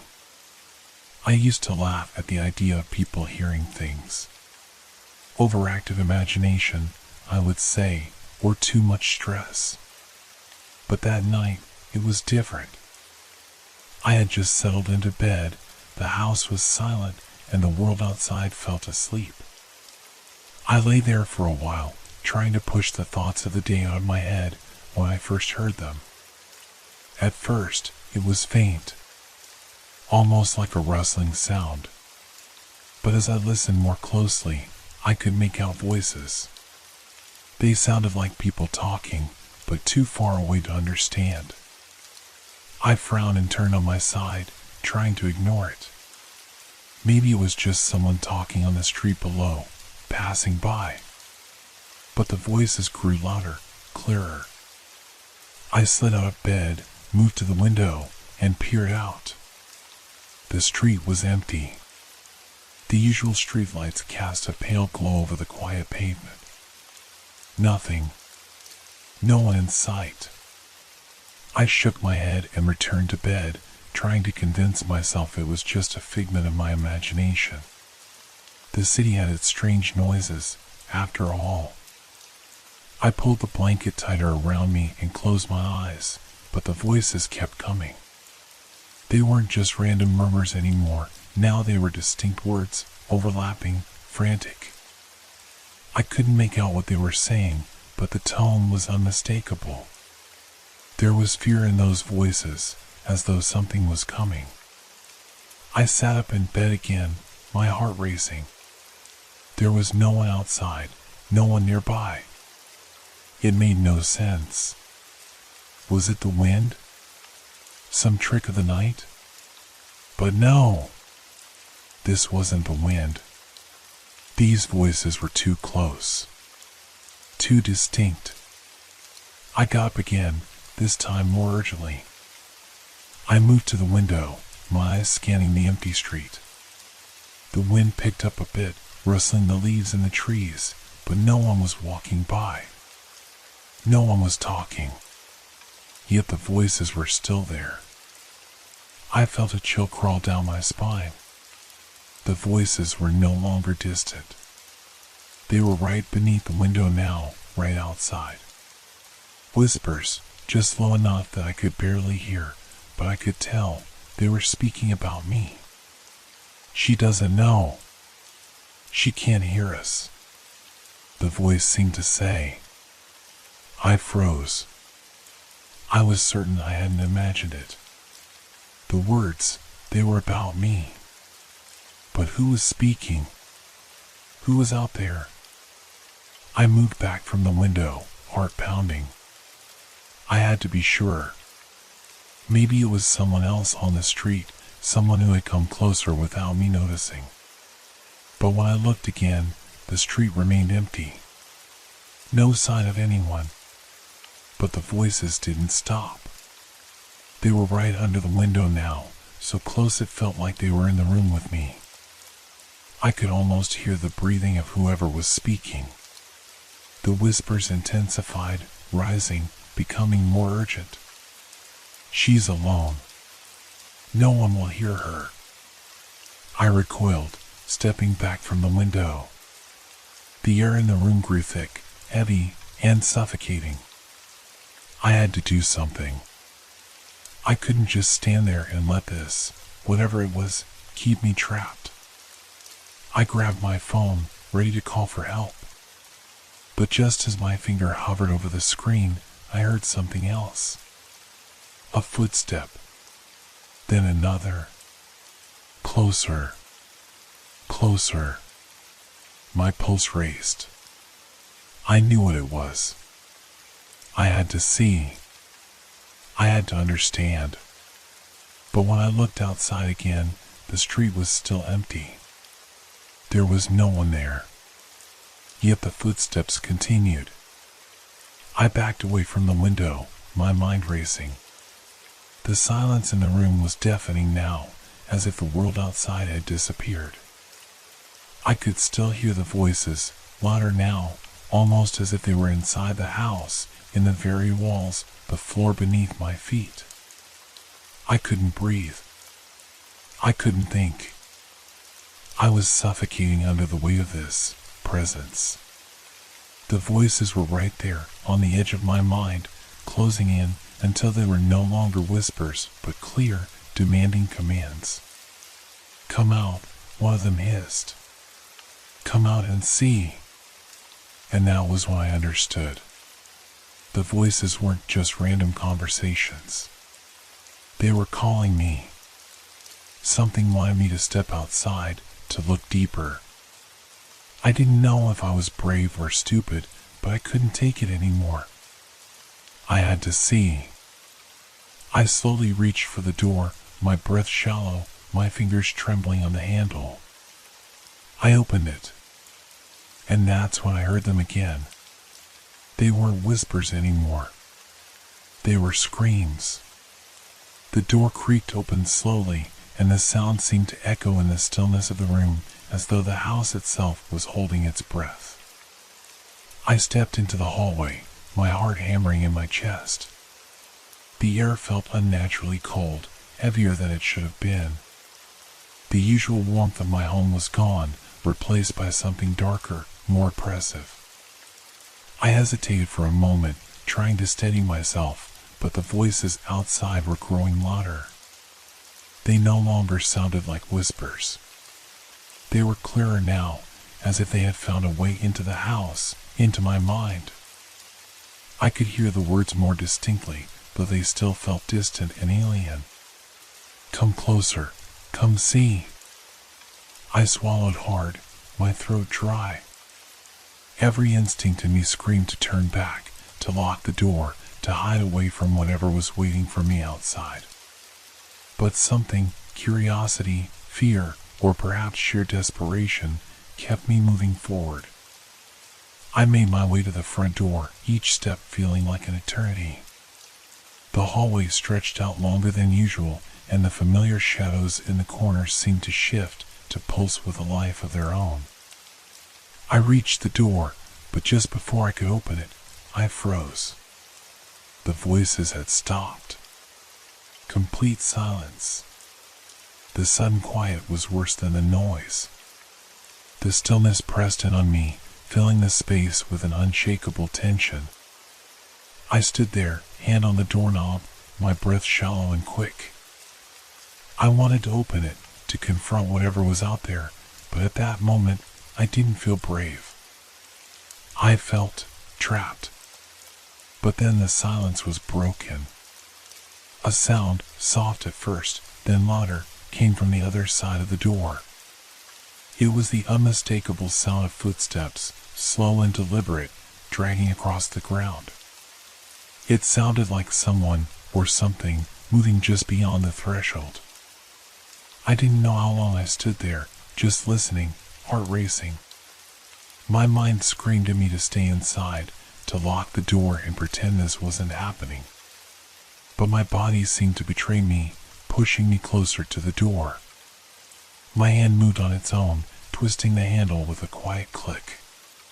The door creaked open, revealing the same empty street. The same faint streetlights casting long shadows on the pavement. No one in sight. But the footsteps, they didn't stop.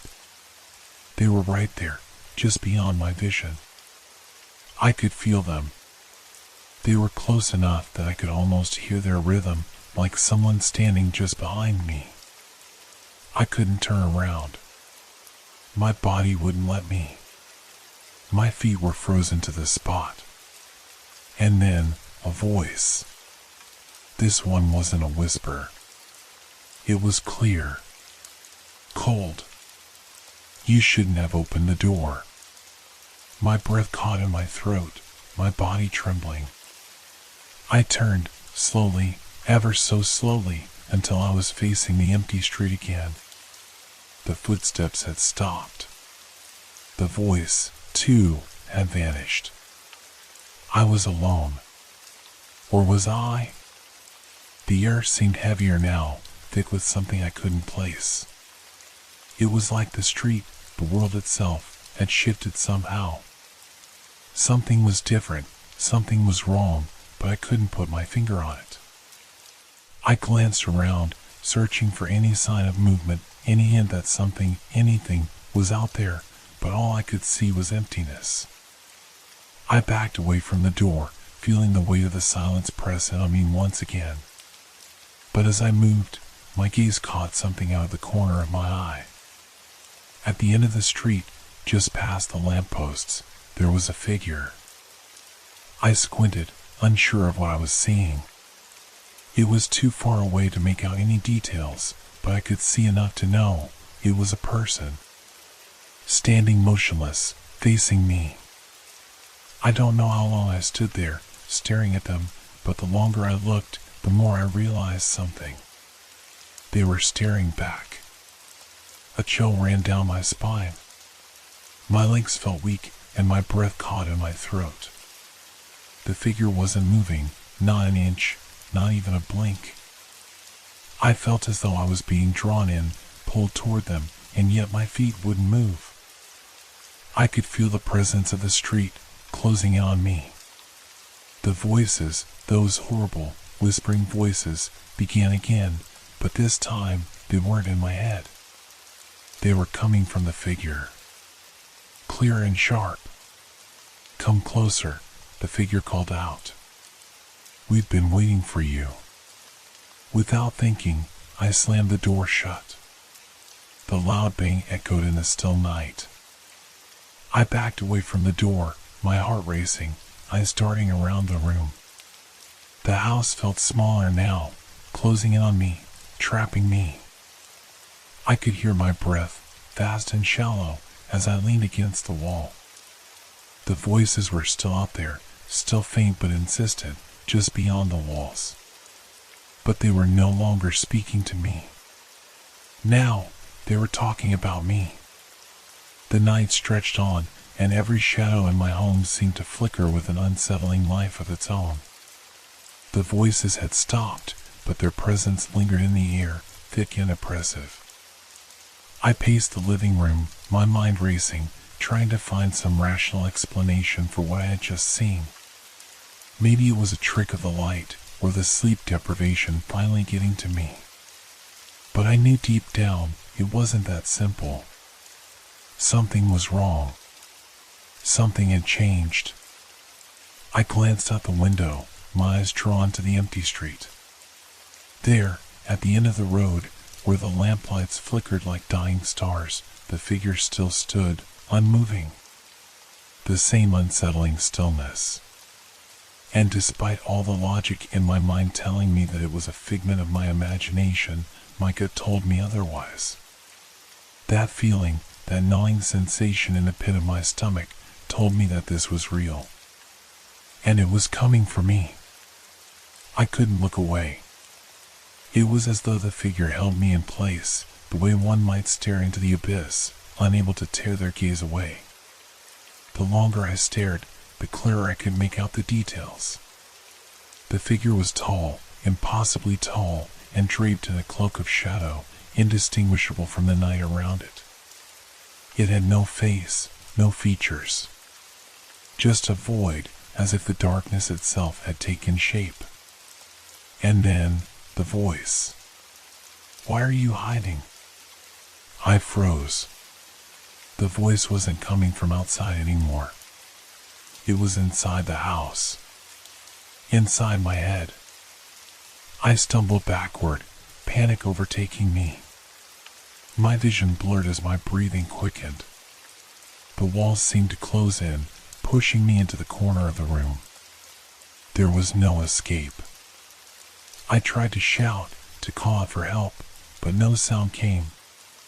It was as if the air had thickened, swallowing my voice before it could leave my mouth. My pulse thundered in my ears, drowning out any rational thought. The figure's voice echoed in my mind, like a chant, like a curse that had been placed upon me. You know what we want. I shook my head violently. I didn't know what it wanted. I didn't want to know. I didn't want to hear any more. I ran to the front door, grabbing the handle and pulling with all my strength. But the door wouldn't open. It was as if it was sealed shut, locked by some force beyond my understanding. I banged on the door, my fists pounding desperately, but the sound was muffled, distant. It was as though the house had turned into a tomb. The voices, those disembodied whispers, surrounded me, crawling into every corner of the room, echoing through the walls, bouncing off the floors. I tried to close my ears to them, but it was useless. They were everywhere. Inside my mind. Inside my soul. Come outside. Come see. I couldn't take it anymore. The house felt too small, too claustrophobic.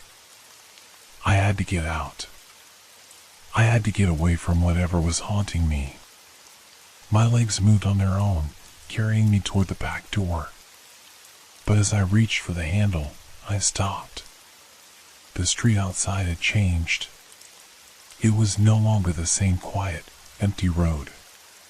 The lights had dimmed to a ghostly glow, casting long, twisted shadows. The air was thick with a fog that hadn't been there before. And there, at the edge of the street, I could see it again, the figure. But now, it wasn't alone. There were others. Shadows, shapes, figures in the darkness, emerging from the mist like ghosts from a forgotten world. They were silent, their movements fluid, like smoke drifting on the wind. And they were all staring at me. Waiting. Come closer, the voice whispered, this time louder.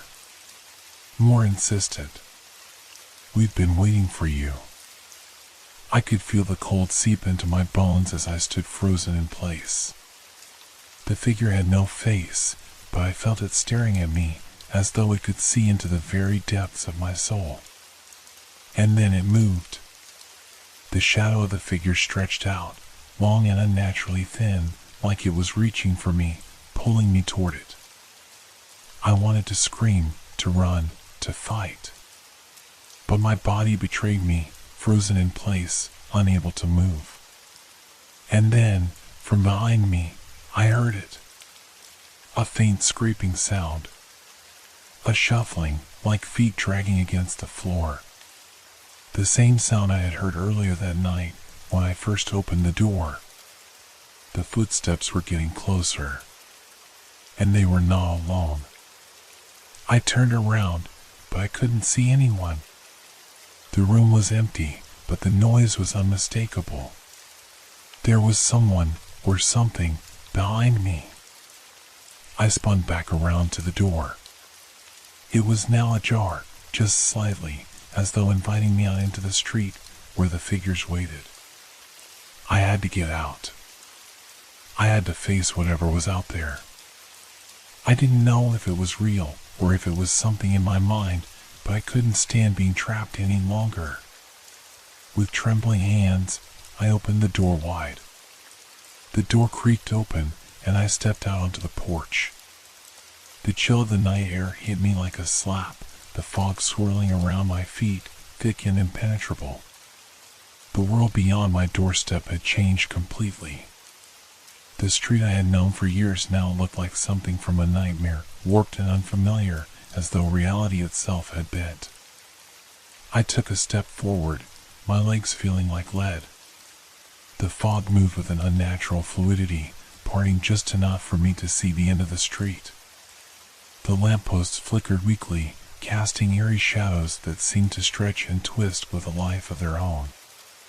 The figures from before, the ones I had seen in my mind, were now visible, standing motionless at the end of the street, waiting. watching.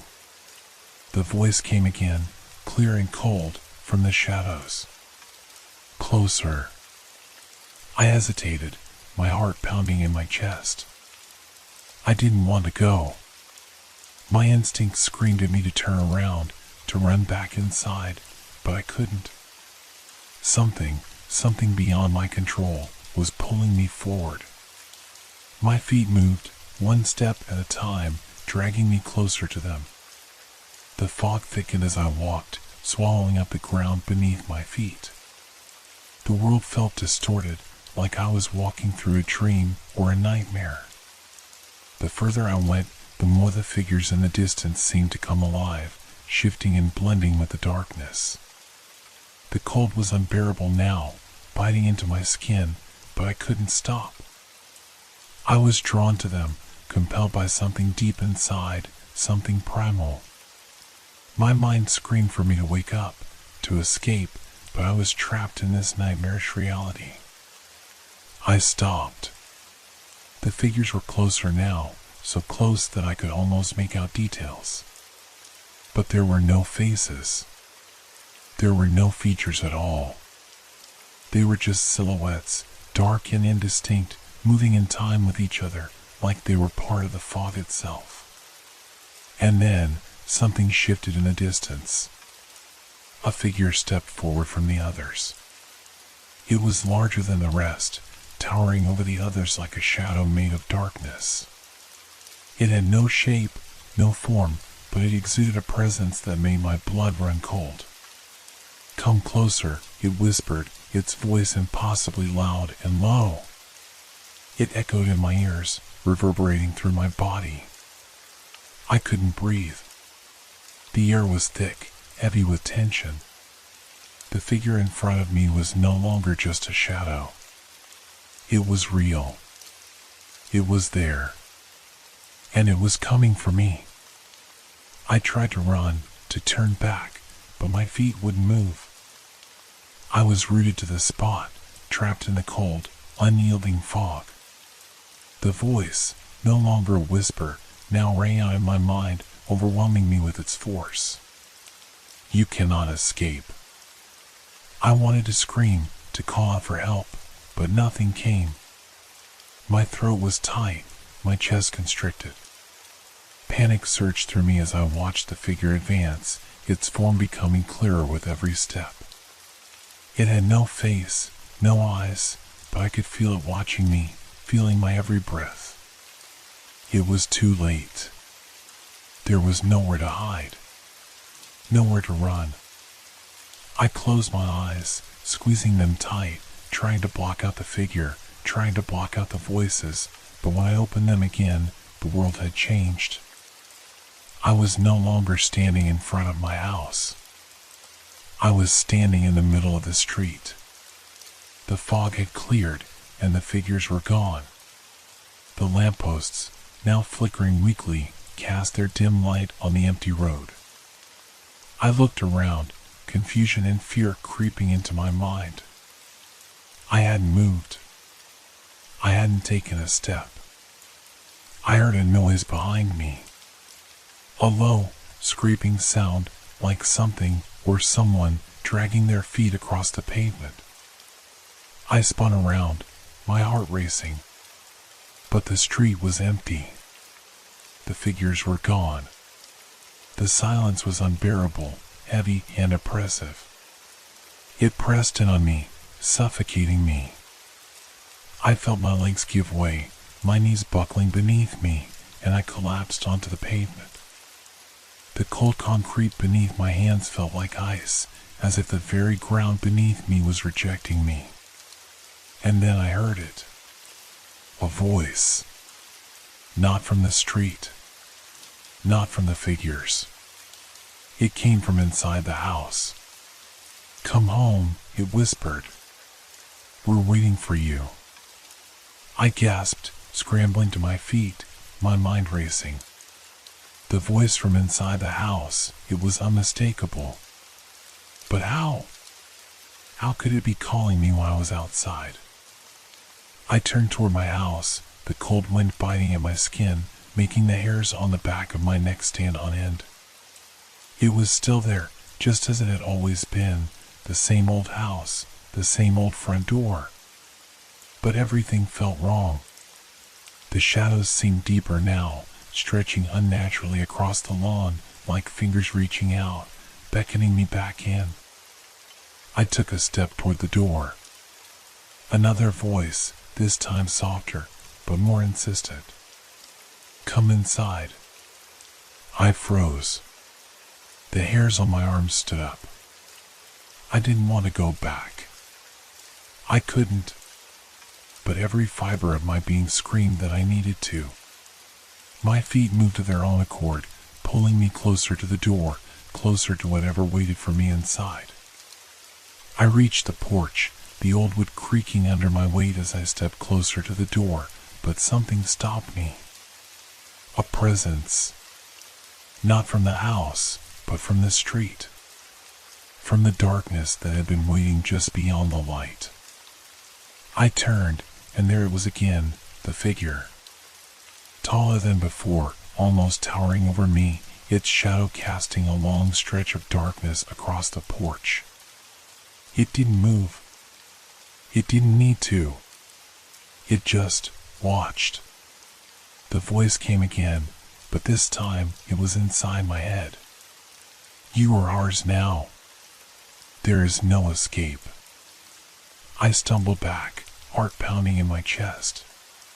My hands shook as I reached for the door, but I couldn't bring myself to open it. The figure's presence felt suffocating. It was as if the very air around me had turned to stone, freezing me in place. And then, the silence broke. A low hum filled the air. It was barely audible at first, but it grew louder until it vibrated through my bones.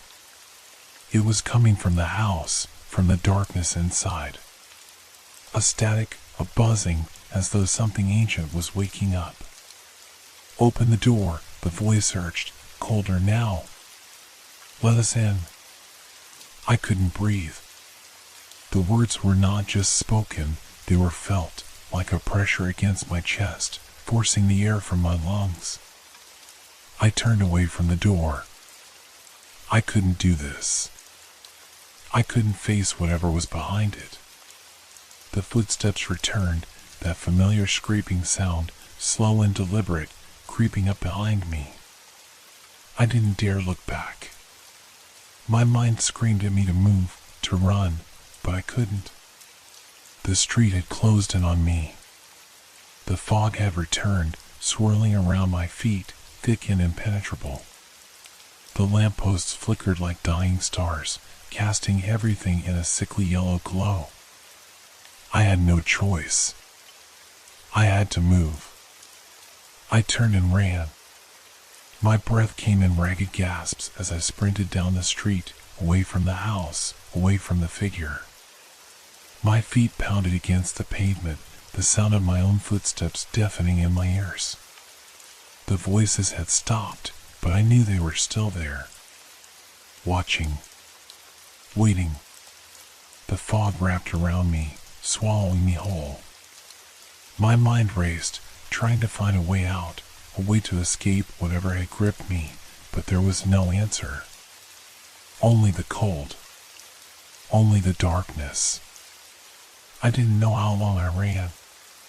Minutes? Hours? Time had lost all meaning. I just needed to get away. I needed to find a place where the voices couldn't reach me. But then, as I rounded a corner, I stopped. The street was empty. No fog. No figures. No voices. It was quiet. Too quiet. I turned slowly, expecting to see the house behind me. But there was nothing. Only an empty street. And then, from the corner of my eye, I saw it. The house. It was there, standing at the end of the block, just like before. It was as if it had always been there, waiting for me. I didn't understand. How could it be here? I had run so far. I had tried to escape. And then, from behind the house, I heard it once more. A voice. Come home. I froze, my heart stopping in my chest. It was the same voice, the same whisper. But this time, it wasn't calling from inside the house. It was coming from everywhere, surrounding me, crawling beneath my skin. I turned to face the house, the fog closing in around me again, thickening like a blanket. The door creaked open on its own, slowly, deliberately. I didn't move. The house was never going to let me go. And the voices, they would follow me forever.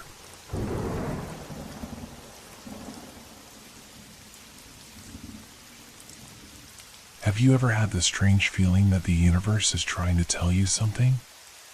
That every event, every detail of your life is somehow connected to something greater? I hadn't until today. It all started on an ordinary Tuesday. I had decided to take a walk through the old bookstore in town, the one tucked between a cafe and a flower shop, with dust lining its windows and the faint scent of paper and ink always lingering in the air. It was a place I visited often, drawn to the smell of old books and the quiet peace of the shelves. That day, I felt a bit more restless than usual, as if something were missing, something important. As I wandered through the aisles, something caught my eye. It wasn't flashy or new. In fact, it looked worn, like it had been sitting there for years. A thick, leather-bound book with no title on the cover. No name. Just a series of dates, each one written in elegant script across the front. Intrigued, I picked it up and opened the first page. The first date was simple, April 12th, 2005. My birthday. I blinked, confused. I wasn't sure what to make of it. Who would write my birthday in a book and leave it here? Flipping through the pages, I noticed something odd. Each date was written in the same elegant handwriting, and each one was a significant moment in my life. I recognized them all. There was the day I moved into my first apartment, the day I got my first job, the day I met Rachel, my ex-girlfriend. The pages seemed endless, each date bringing up memories I hadn't thought about in years. But as I turned the pages, I saw something that made my heart stop. The next date wasn't something from my past, it was today's date. January 9th, 2025. I froze. How could this book know today's date? It was as if it was written just for me, or perhaps as if it was predicting something.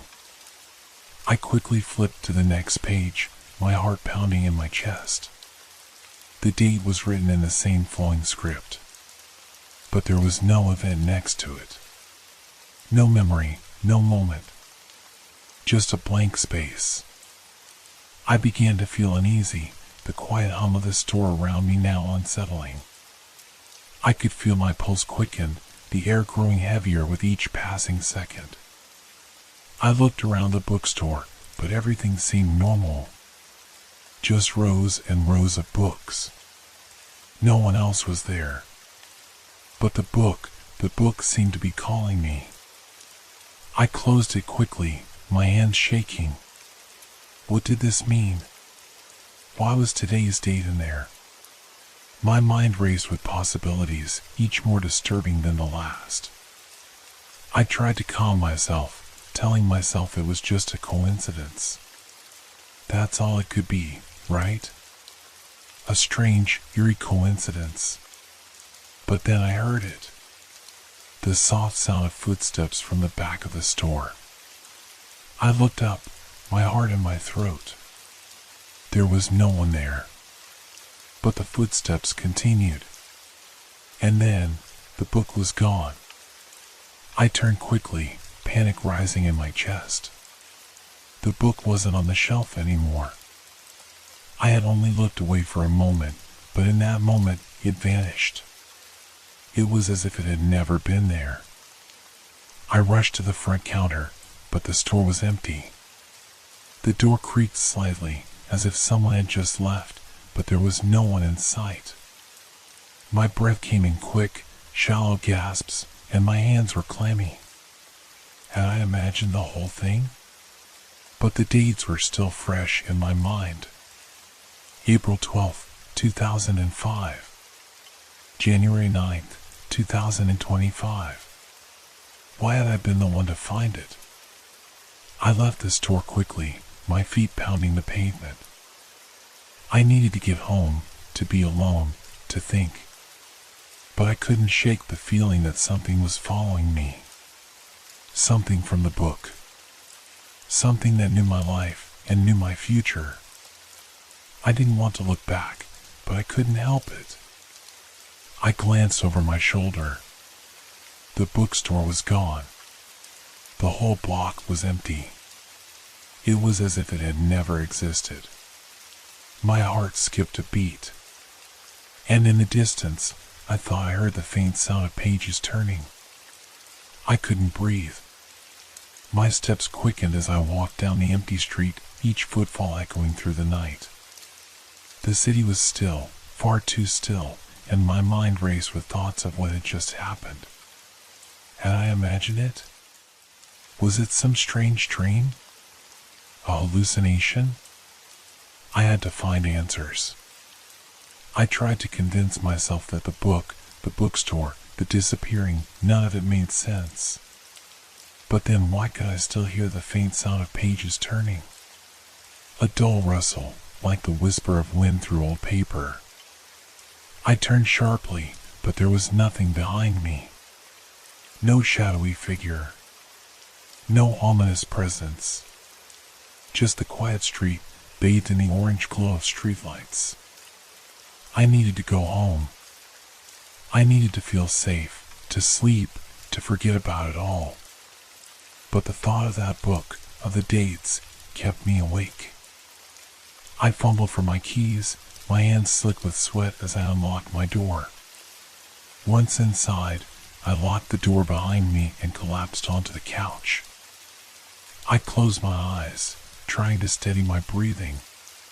But all I could see was that book, its leather cover, its neat script, the date that matched today's. What did it mean? I grabbed my phone, checking the time. It was almost 11 o'clock. The usual hum of the city outside was muffled by the thick walls of my apartment building, but I couldn't shake the feeling of being watched. I set the phone down and stood up, pacing the room. That's when I noticed something else. A small slip of paper, folded in half, resting on the coffee table. I hadn't seen it there before. It was yellowed at the edges, like it had been there for a long time, though I had just walked in. I reached for it slowly, my fingers trembling. Unfolding the paper, I read the words written in sharp, jagged handwriting. The next date is tomorrow. You can't stop it. A chill ran down my spine. I dropped the paper, but it didn't fall to the ground. It hovered in midair for a moment before slowly drifting back onto the table as if moved by some invisible hand. I stepped back, heart racing, staring at the paper. Had I imagined that? Had the room just shifted? No. The paper was right where it had been, but now I felt wrong. I needed answers. I had to know what was happening, why this was happening. I grabbed my jacket, my hands still trembling. The book. I had to go back to the bookstore. It had to be there. It had to be. It was the only place where I could find answers. When I reached the street, the quietness of the city felt different, unnerving. The air was thick, and even the streetlights seemed dimmer, casting long, crooked shadows. I could feel my heartbeat in my throat as I made my way to where the bookstore had been. But when I reached the corner, it was gone. Again, there was nothing but a blank wall where the store had stood earlier. No sign, no door. Just an empty stretch of concrete. I stood frozen, staring at the spot, willing it to change. But it didn't. My mind spun, my thoughts a blur of confusion. I turned around, trying to find something, anything, familiar. The city felt foreign, a nightmare where nothing made sense. And then, through the fog of my disorientation, I heard it. The sound of footsteps, soft but distinct, echoing in the distance. I turned quickly, half expecting someone to be there, but the street was empty. No one in sight. The footsteps continued, though, closer now. Too close. My skin prickled as the sound grew louder, nearer. Whoever it was, they were coming for me. I didn't know what to do. My legs felt like lead, unwilling to move, yet I couldn't stay frozen in place. I had to run. I had to get away from whatever was happening, from whatever was following me. But as I turned to run, the footsteps stopped. Complete silence. I couldn't breathe. And then I heard it. A voice, low and clear, as if it was right behind me. The date is set. I whirled around, heart pounding, expecting to see someone standing there. But once again, there was no one. The street was empty, the air thick with an unnatural stillness. I took a deep breath, my mind racing. I had to get away. I had to get home, to lock the door, to try and make sense of it all. As I ran, the sound of footsteps followed, echoing in the distance, never too far behind. When I finally reached my apartment, I slammed the door behind me and locked it. My breath came in sharp gasps, and I stumbled back into the living room. The paper was still on the table, and the book, though I hadn't seen it in hours, was now sitting on the coffee table. The cover, as smooth and unblemished as before, beckoned to me. I could hear its call, its silent whisper, telling me to open it. But I couldn't. I was done with the book. Done with whatever nightmare it had started. Yet, I couldn't stop myself from reaching out, picking it up once again. The next page was blank. But I could feel it. The date was coming. And it was going to be tomorrow. I couldn't put the book down. My fingers trembled as I traced the blank page. I could feel the weight of it, the air around me thickening, like something was about to happen. The stillness in my apartment was oppressive, almost suffocating. The only sound was the soft, erratic beating of my heart. What did it mean? The page, the date, tomorrow. How could it know? How could it have known? I glanced at the clock on the wall. It was almost midnight. The date, tomorrow, was fast approaching. I felt like I was in a race against time, but the closer it came, the more impossible it seemed to escape. Suddenly, there was a knock at the door. A loud, for knock that made me jump. I froze, staring at the door as if expecting it to burst open. No one ever knocked at this hour. I stood there for a moment, my pulse racing. The knock came again, more urgent this time. My instinct screamed at me to run, to hide, but I couldn't move. I had to answer. I had to face whatever was on the other side.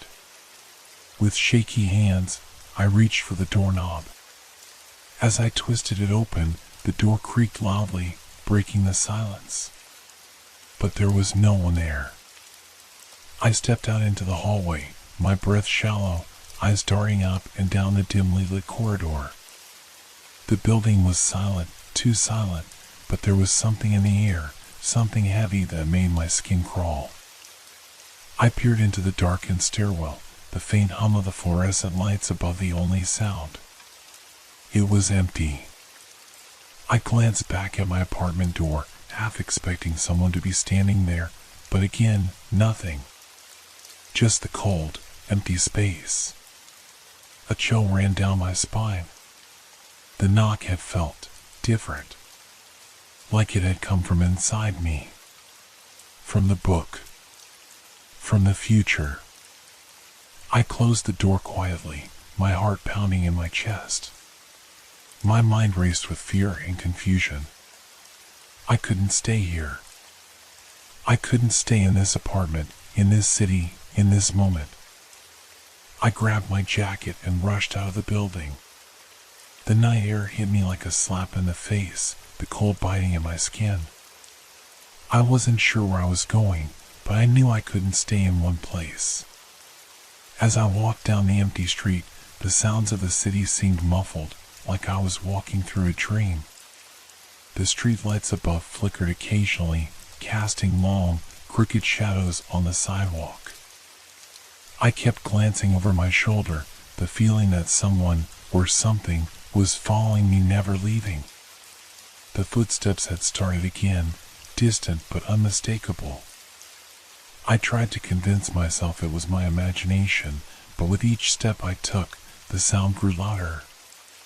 It wasn't just footsteps, it was something else. A dragging noise, like fabric scraping against the concrete. It was too close now. I turned sharply, my heart in my throat, expecting to see someone behind me, but again, there was nothing. I kept walking, faster now, but the noise was still there. Closer. It was as though the air itself was becoming denser, heavier with each passing moment. And then I heard it. A voice, soft but clear, right beside me. The date is tomorrow. I froze, my heart stopping in my chest. The voice was familiar, but I couldn't place it. It was calm, almost soothing, but it sent a chill through me. I spun around, but there was nothing there. The street was empty. The silence stretched on, suffocating. I felt a sudden urge to run, to escape whatever was coming. But my legs were paralyzed, rooted to the ground as if the world itself was holding me in place. The dragging sound continued, closer now, almost at my heels. I could feel it. The air was thick with the scent of damp earth, and the hairs on the back of my neck stood up. I turned again, this time running, my breath coming in short gasps. I had no destination, no plan. Just the desperate need to escape. But the sound was still there, getting closer. The footsteps, the dragging, the voice, growing louder until it felt like they were all inside my head. And then I saw it. The bookstore. The one that had disappeared earlier.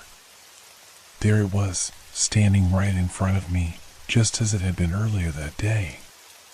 The lights were on inside, casting a warm glow through the windows, like an invitation. I stepped toward it, my heart pounding in my chest, desperate for answers. The door creaked as I pushed it open, the familiar scent of old books greeting me. I looked around, but the store was empty. Except for one thing. On the counter, the book. My book. It was open. I rushed over, my hands trembling as I flipped through the pages. The dates, each one, lined up with moments from my life. But now, something was different. The next date wasn't just tomorrow. It was tonight. I felt a sharp pain in my chest, a cold grip of terror seizing me. I had been running towards something, trying to escape, but I had been running toward it all along. I turned to leave, but the door wouldn't open. It was stuck, the wood groaning under my hands. I pulled harder, desperation rising in my throat. The air in the room grew thick, suffocating. The voice again, this time from the darkness behind me. The date is now. I spun around, my blood running cold. The figure stood in the shadows, its shape barely visible in the dim light. And then it moved. I could hardly breathe. My chest tightened as the figure stepped closer from the shadows. Its shape was barely discernible, but the air around it shimmered with an unnatural coldness. The bookstore seemed to distort, the walls stretching, warping, as if reality itself was bending. I backed away slowly, my hands pressed against the counter for support. The door, still stuck, felt like a prison, the air around it dense, suffocating. "You've been waiting," the voice came again, clearer now. It wasn't just one voice, it was many, layered, like whispers from 1,000 different places, each word wrapped in an echo of dread. "The day has always been now." I stumbled backward, my pulse hammering in my ears. The figure stepped into the light, its outline now sharp against the growing shadows. It was tall, too tall, with long limbs that stretched unnaturally. It didn't have a face, or at least not one I could see. Just a smooth, featureless void where its head should be. And yet, I could feel its gaze on me, like a weight pressing down on my mind. I couldn't look away. I tried to scream, to run, but my body wouldn't obey. I felt as though I was being pulled into its presence, my feet frozen to the floor. "This is the end of the line." The words weren't spoken out loud. They rang inside my head, as if the voice wasn't coming from the figure, but from deep within me.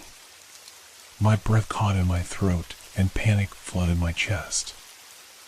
I reached for the book, the cursed object that had started all of this, as though it held some answer, some escape. But as my hand closed around the pages, I realized the truth. It was too late. The date was no longer just a line in a book. It was here. It was happening. The air grew thick with a strange pressure, the very walls of the store pulsing, alive with a sound like a distant storm. I could feel it in my bones, vibrating through me. The date. Today. Tonight. The figure's movement was so swift, I couldn't track it. In an instant, it was standing right in front of me, its presence consuming everything around it. It was no longer just standing. It was waiting. I felt an icy chill sweep over me, colder than anything I had ever known. It wasn't just the temperature. It was the sensation of time itself freezing, locking me in place, like the world was holding its breath. "You cannot outrun it," the voice whispered, again inside my head. The tone was not threatening but resigned, as if it had already seen this moment play out 1,000 times before. "This is not your choice. You've always been a part of it." The ground beneath my feet seemed to tremble, and I grabbed onto the counter to steady myself. My vision blurred, and I felt my stomach lurch as the world around me began to shift once more. The bookshelves bent and swayed, the walls stretching as if they were being pulled apart by some invisible force. "You've been following the dates," the voice continued, like a slow, inevitable whisper. "Now, they follow you." A cold gust of wind blew through the store, carrying with it the faint scent of decay.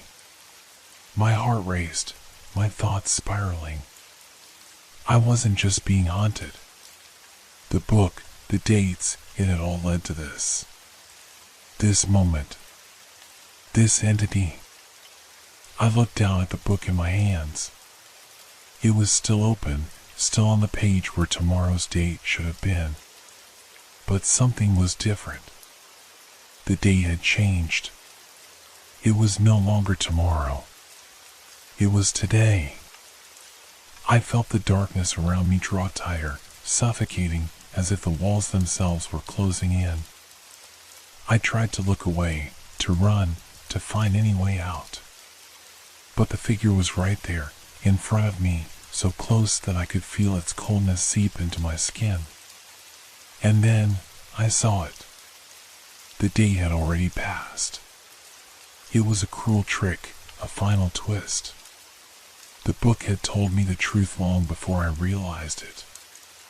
"You are the last date," the voice said, the words filled with a hollow finality. "The end has already arrived." I reached out, desperately trying to flip the pages, but it was no use. The book was no longer a guide, it was a chain, locking me into a future that had already been written. The figure stepped forward once more, its movements deliberate, calculated. My breath came in ragged gasps as I realized there was no escaping. The date was here. And so was the end. Everything went black. I woke up with a start, gasping for breath, my heart pounding as though it had never stopped. My surroundings were familiar, but everything felt wrong. The air was thick with an unexplainable tension, and the room, the bookstore, was silent, almost too silent. I looked around frantically, but everything seemed normal. The shelves of books, the faded posters on the walls, the dim light filtering through the windows. But something had changed. I was back. But how? How was this possible? The book. I could feel it in my hand, warm and solid, though my fingers were slick with sweat. It was the same book, the one that had led me to this place, to this nightmare. But it felt different now. Heavier. More real. I looked down at the cover. The date on it had changed again, just as it had always done. But now, it was different. Today's date. But not just today, it was the same date I had seen earlier. The one I had tried to outrun. Had I truly returned to the beginning? Or was this just another layer of the same nightmare? The book's weight seemed to grow with every passing second, like it was pulling me deeper into its pages. It was no longer a guide. It was a sentence. I tried to move, but my limbs felt sluggish, as though they didn't belong to me anymore. A sudden fear gripped me, the fear of never being able to leave, of being bound to this place, to this date, for eternity. I turned to the window, hoping to see something, anything, that would remind me of reality. But all I saw was the empty street outside, the fog that had been there the last time. The same oppressive quiet. The voices. They were gone. The figures that had stalked me in my dreams and in this store, they were gone. But the silence was even worse. It was suffocating, like the calm before a storm that never comes.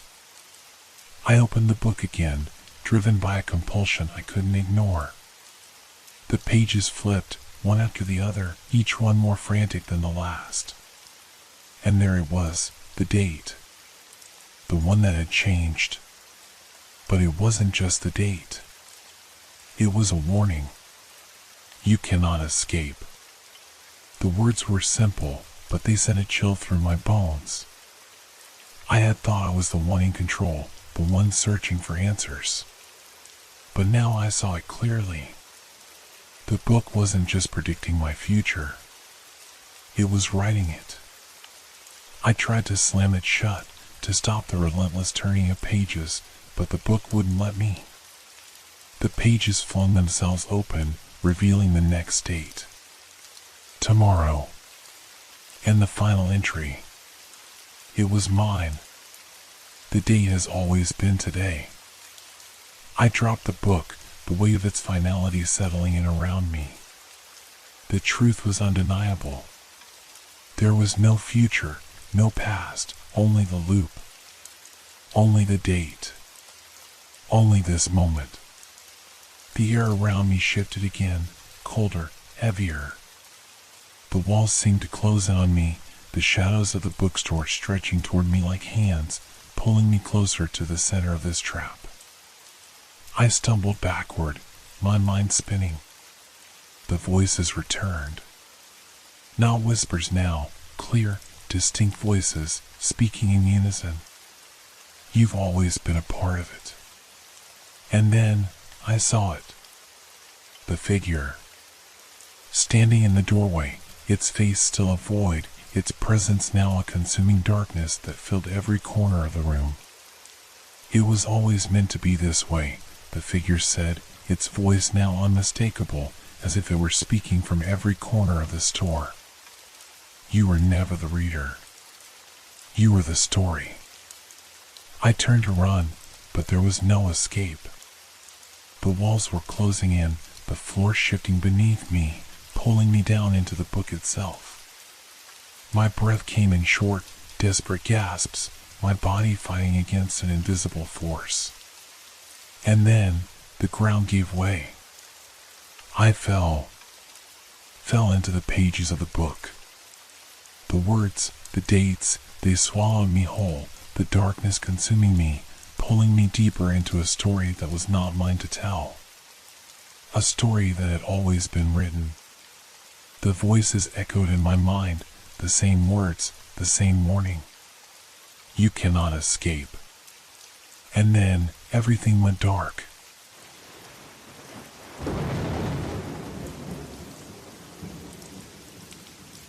Have you ever heard a voice when no one's around?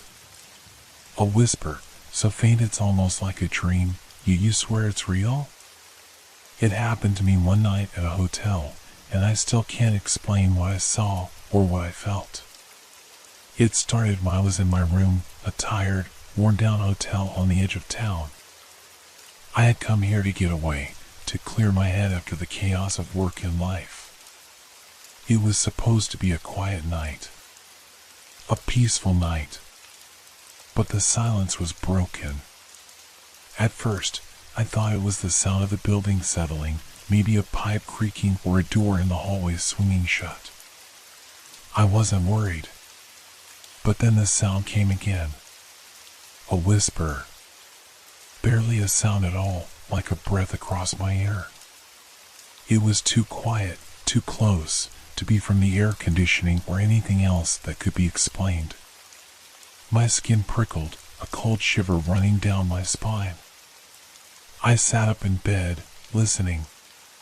The whisper came again, only this time it sounded like words. My name? No. It couldn't be. It was too soft. Too far away. But the voice. It seemed so familiar, like it was from a time long gone. I tried to shake it off, thinking it was just my imagination, tired from a long day. But the whispers didn't stop. They became louder, closer. They were in the hallway now, just outside my door. I could hear them clearly now, words, indistinct, but definitely there. I got out of bed, hesitant. The room felt suffocating. The hallway lights flickered faintly through the gap in the door, casting long shadows across the floor. My hand trembled as I reached for the doorknob, heart pounding against my ribs. I opened the door. The hallway stretched out before me, empty. No one in sight. No sign of movement. The faint light from the far end of the hallway barely illuminated the worn carpet and the cracked walls. I stepped into the silence, the whispering now dead quiet.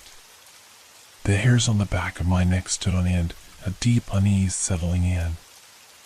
I looked down at the floor, hoping for an explanation. Maybe someone had dropped something, maybe it was just a trick of the mind. But what I saw on the floor was enough to freeze my blood. A photograph.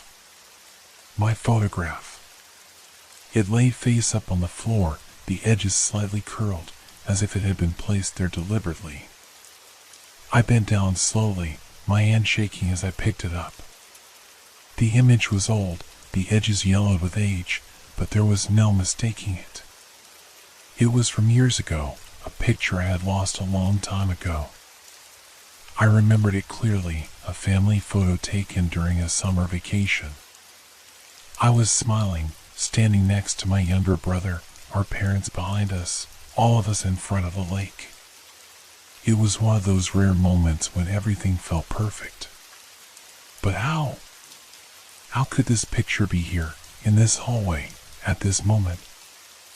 I hadn't seen it in years, hadn't thought about it in even longer. My thoughts raced, my pulse quickening. How could this be? There was no one else here, no one who could have placed it in the hallway. It was impossible. And yet, there it was, as if fate had decided to hand me a piece of my past. Suddenly, the whispering started again, this time louder, more urgent. It was coming from the direction of the stairs, just beyond the end of the hallway. My heart hammered in my chest. The words were still unclear, but the tone was unmistakable. It was as though the voice was calling me, beckoning me forward, urging me to follow. The hallway felt endless, stretching out like a dark void, pulling me deeper into its silence. But I couldn't move.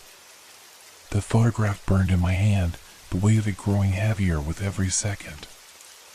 I glanced behind me, half expecting someone to be standing there, watching me, but the door to my room was still open, the dim light of the lamp casting long shadows across the carpet. I was alone. Or at least, I thought I was. Then, something caught my eye, a shadow.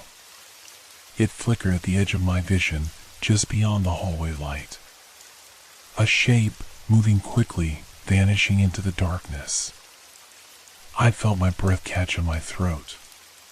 The whispering grew louder, as if the voices were right behind me, breathing down my neck.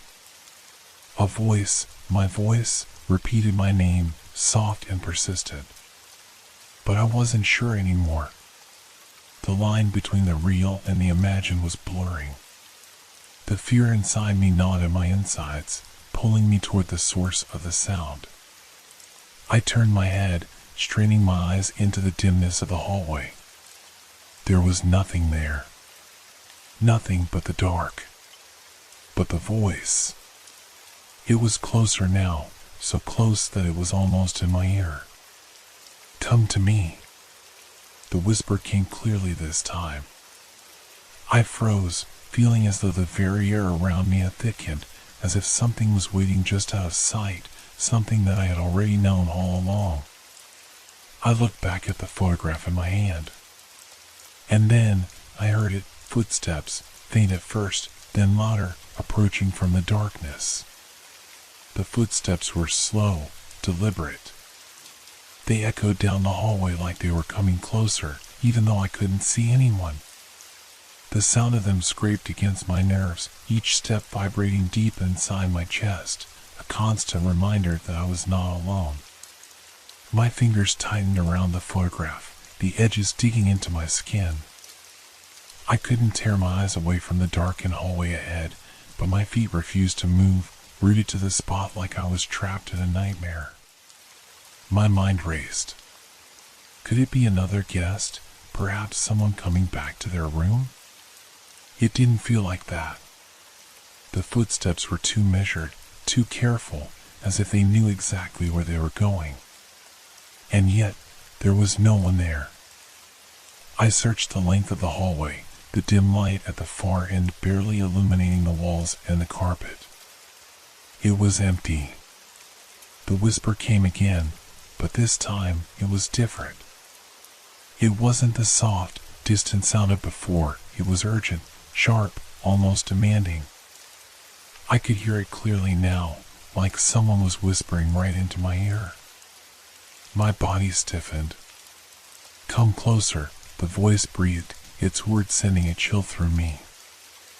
I stepped backward, the cold air around me pressing against my skin like a weight. My heart raced faster, every instinct screaming at me to retreat, to close the door and lock myself away in the safety of my room. But I couldn't. Something kept me rooted there, frozen in place by an invisible force. My feet felt like they were stuck to the floor, unwilling to listen to my mind's desperate pleas to move.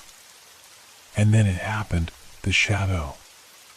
It flickered in the corner of my vision again, just at the end of the hallway. This time, it wasn't a brief flash.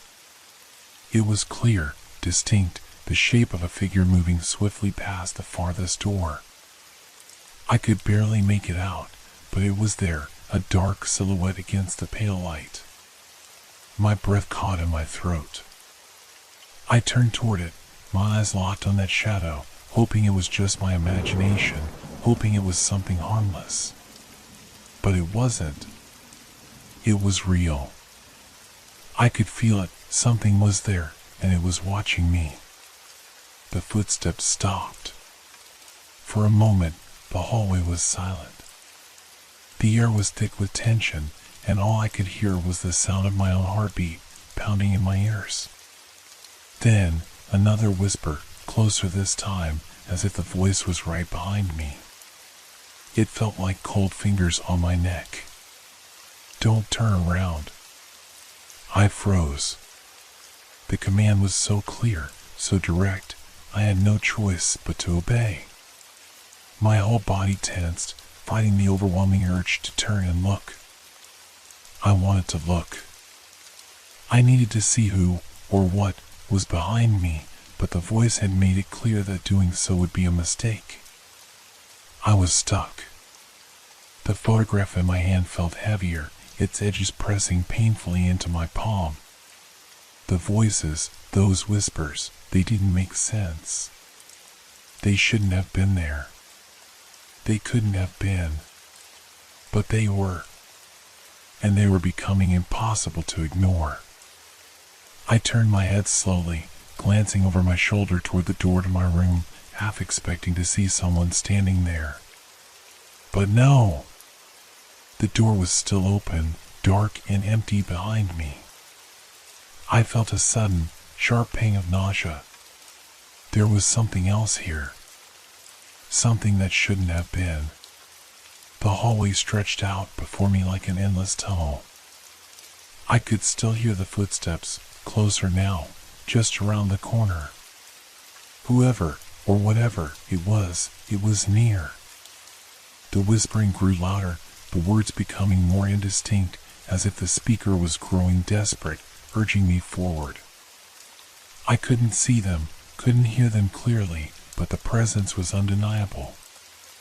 I backed away, my feet finally moving again. I stumbled, my pulse erratic, my breath coming in short gasps. There was nowhere to run. The shadow flickered again. It moved swiftly, this time not at the end of the hallway, but closer, closer to me.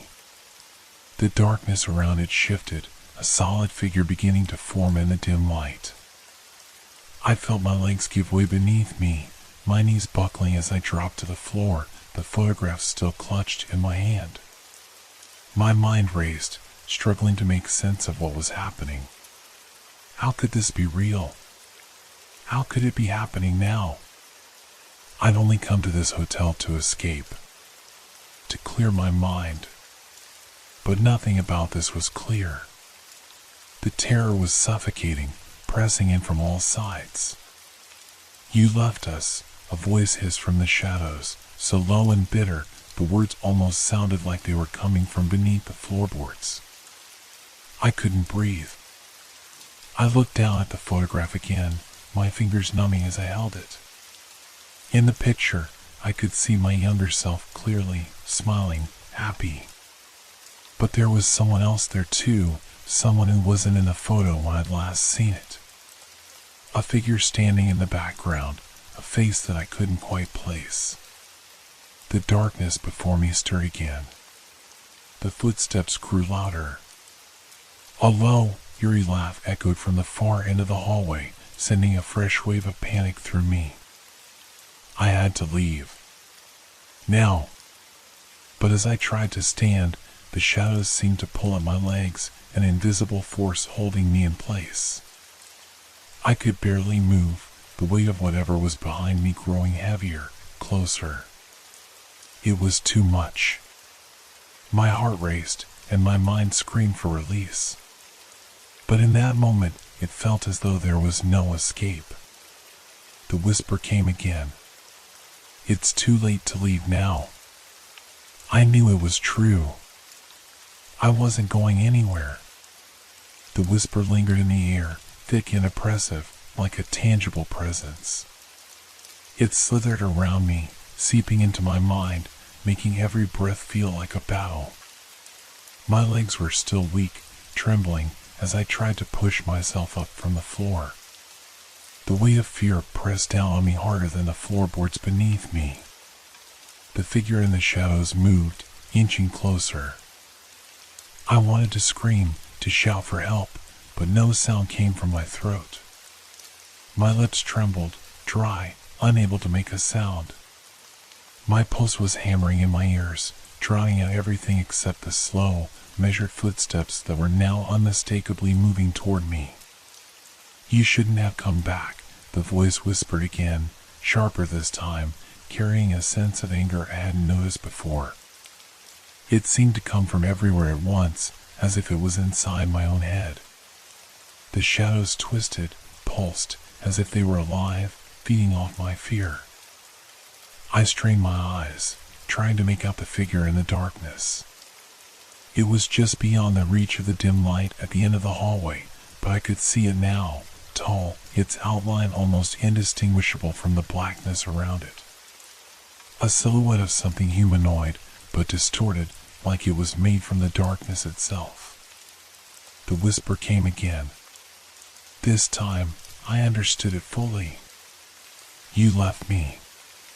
The words cut through the air, sharp and bitter, and a chill ran down my spine. I wasn't just dealing with something ghostly. This thing, this presence, knew me. I tried to stand, but my body refused to cooperate.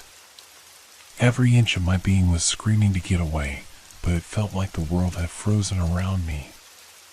The shadows grew thicker, surrounding me like a suffocating blanket. I could feel them closing in, pressing against me from all sides. "You thought you could forget me," the voice continued, now in a low growl that seemed to vibrate the air itself. I shook my head, desperate to clear the fog of fear clouding my mind. What was happening? Who was this? How could it know me? I glanced at the photograph in my hand, the one that had appeared at my door. The edges of the photo were starting to curl, like it was being consumed by the very darkness that surrounded me. I'd seen this picture before, years ago, when I was a child. My parents had taken it, a rare family photo, but I'd lost it long ago, throwing it away, or so I thought. Now, it was back. The figure in the shadows took another step forward. I could see its features more clearly now. Its face was distorted, twisted, like it had been torn apart and pieced back together in some unnatural way. The eyes were the most chilling, hollow voids where nothing existed except darkness. "You can't escape," it hissed, its voice low and guttural. My chest tightened as the figure reached out, long, shadowy fingers stretching toward me. I was paralyzed, my body refusing to move despite the overwhelming need to flee. I could feel its cold touch just inches away, and it was as if time itself had stopped, leaving me suspended in the dark. I thought of the door behind me, the one leading back to my room. The one that had always felt like a safe barrier, a place where I could hide from everything. But there was no escape now. The photograph in my hand began to burn. I could feel it, the heat rising from the image as if it was being consumed by the darkness. I looked down at it, my fingers instinctively loosening their grip. The photo slipped from my hands, falling to the floor with a soft thud. I didn't want to look, but something forced my eyes to the ground. The image was shifting, the faces warping, distorting into something unrecognizable. The figure in the background, the one I couldn't quite place, was starting to move. It was alive. I gasped, stumbling backward, but the figure in the hallway was already too close. It was right in front of me now, towering above me like a living shadow, its presence suffocating, overwhelming. The air felt thick, like I was drowning in it. "You shouldn't have come back," the voice repeated, its tone colder this time, filled with a deep, unrelenting malice. I felt my heart race, a primal fear clawing its way up my throat. Every instinct screamed at me to run, but my body couldn't move. I was frozen, trapped in place, staring into the void that was the figure's face. And then, suddenly, everything went silent. The footsteps stopped. The whispering ceased. For one long, unbearable moment, there was only the darkness, pressing against me from all sides, suffocating me with its weight. I didn't know what was happening, but I knew one thing: this was not just a bad dream. This was real.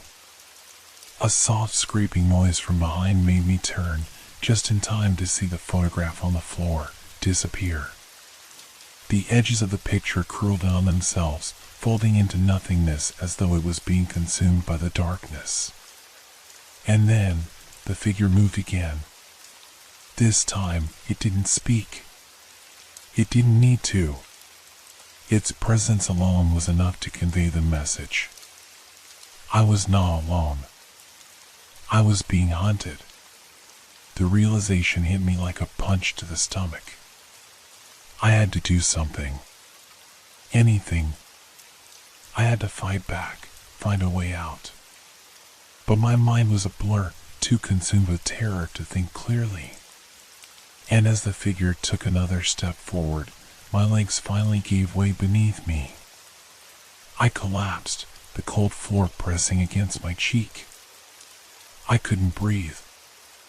I couldn't move. And all I could hear was the low, rumbling voice, the words repeated one final time. "You left me." And this time, there was no denying it. I hadn't just left someone behind. I had left myself. The darkness pressed against me, suffocating. It was everywhere now, consuming everything, pulling me deeper into the void. My breaths came in shallow gasps, each one feeling more like a struggle for survival than an ordinary exhale. My head spun as I tried to move, but my limbs refused to obey. I was trapped. The figure loomed over me, its twisted form now more solid, more real. It wasn't just a shadow anymore. It was alive, a nightmare brought to life, a manifestation of something dark and ancient. Its presence was palpable, and I could feel it pressing down on me, making every breath harder to take. I blinked, trying to clear the overwhelming darkness from my eyes, but no matter how much I fought it, the shadows kept closing in, growing thicker, darker. The whispers surrounded me again, this time louder, more urgent. "You shouldn't have come back." The voice echoed in my mind, reverberating through every bone in my body. I was dizzy with fear, my thoughts a chaotic blur. I could feel my pulse in my throat, like it was about to explode from the inside out. I tried to scream, but nothing came. The air around me felt heavy, oppressive. It was as if the entire hallway was alive, pressing against me, choking me. I wanted to run, to get away from this nightmare, but my body was frozen, unwilling to move. And then the figure stepped forward, so close now that I could feel its cold, unnatural presence. Its face, if you could call it that, was a grotesque, shifting mass of shadows and dark shapes. It had no eyes, only hollow sockets that seemed to stare directly into my soul. I wanted to look away, to escape from its gaze, but I couldn't. I was locked in place, caught in the trap of my own fear. The whispers grew louder, more insistent, and then, to my horror, the figure spoke again. "You left me alone." The words weren't just spoken, they were felt, like a physical blow to my chest. I could hear the pain, the anger, the deep, twisted resentment behind them. It was as if the thing standing before me wasn't just a manifestation of darkness, it was a memory, a forgotten piece of my past. The photograph, the one I had lost years ago, flashed before my eyes. I had forgotten about it, tucked it away like so many other memories I didn't want to face. But now, standing before me, the darkness was bringing it all back, every moment, every mistake, every regret. I had left something behind. Someone behind. The figure took another step forward, its cold, spectral hand reaching toward me. My heart hammered in my chest as I fought to move, to break free from the paralysis that gripped me. I could feel the edges of the room closing in, the shadows pressing tighter against me, until there was nowhere left to go. The hand was mere inches from my face, and I could feel the coldness radiating off of it, like a physical presence, like death itself. I couldn't breathe. I couldn't think. I could only feel. "You abandoned me," the voice whispered again, this time so close I could feel the words on my skin. The air around me grew colder, the silence more suffocating. I could hear my own heartbeat thudding loudly in my ears, and the whisper of my name, faint, distant, but unmistakable. "Why did you leave me?" The figure leaned closer, its face now mere inches from mine. The hollow sockets that served as eyes seemed to burn with an otherworldly fire. It wasn't just angry anymore, it was desperate. And in that desperation, I realized something terrifying. This thing, whatever it was, wasn't just an apparition. It wasn't a ghost or a shadow. It was a memory. A piece of me, forgotten, abandoned. It was a manifestation of the part of my soul I had left behind, the part one had never dealt with, the part one had buried so deep inside me that it had festered and grown into this nightmare. "You should have never come back," the figure hissed, its voice a growl now, full of malice and despair. The pressure in my chest was unbearable. I was suffocating, not just from the weight of the darkness around me, but from the crushing weight of my own guilt. The photo, the memories, the regret. The thing in front of me wasn't just some evil entity. It was me. The realization hit me like a cold slap to the face. I had tried to forget, tried to run away, but now I understood. The past doesn't just go away. It doesn't vanish. It waits. It follows you, lurking in the shadows, until it finally catches up with you. And now, it had found me. I was drowning in it. In that moment, everything went still. The whispers stopped. The figure stopped. The darkness stopped pressing in, and for a brief, fleeting moment, I thought maybe it was over. Maybe I had faced it, and maybe it was done with me. But then, the figure's hand moved again, reaching down toward me, its fingers brushing my skin. I could feel the cold, the emptiness, seeping into my very being. "You're not getting away this time." And with that, everything around me erupted into darkness. I awoke with a sharp gasp, my body jerking upright as if I'd been pulled from some dark void. For a moment, I was disoriented, unsure of where I was or how I got there.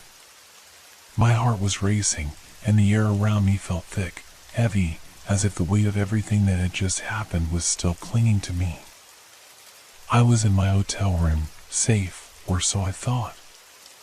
The familiar surroundings, the bed beneath me, the flickering light from the hallway seeping through the door crack, it all seemed normal, reassuring. Yet, the lingering feeling of presence wouldn't leave me. My pulse wouldn't slow, my breathing still shallow. Something wasn't right. I stood up, my feet cold against the wooden floor. The silence was oppressive, broken only by the occasional hum of the building settling. But beneath that, there was something else. A faint whisper, like a breath on the back of my neck. It was the same whisper, but now it was distant, almost like it was coming from far away. You can't run from the past. I froze, every hair on my body standing on end. The voice, familiar yet foreign, had come from inside the room, but it sounded so far away, so ethereal. I looked toward the door, my mind racing. Was I still dreaming? Had I really woken up? A sudden thud from the hallway interrupted my thoughts. I spun toward the door, my hand already reaching for the handle. My heart pounded in my chest, and the air felt colder now, as if the very walls were drawing away their warmth. I couldn't ignore it anymore. I had to know. The whispers, the photograph, the figure in the darkness, they all led here. The time for running was over. I opened the door just a crack, peering out into the narrow, dimly lit hallway. The light from the end of the corridor seemed to flicker, casting shadows that stretched unnaturally across the walls. But it was empty. There was no one there. No figure. No presence. Just silence. But then, I saw it. On the floor, just outside my door, was the photograph. The same one I had lost years ago. The one I thought I would never see again. It lay there, face up, as if waiting for me. My hands shook as I knelt to pick it up.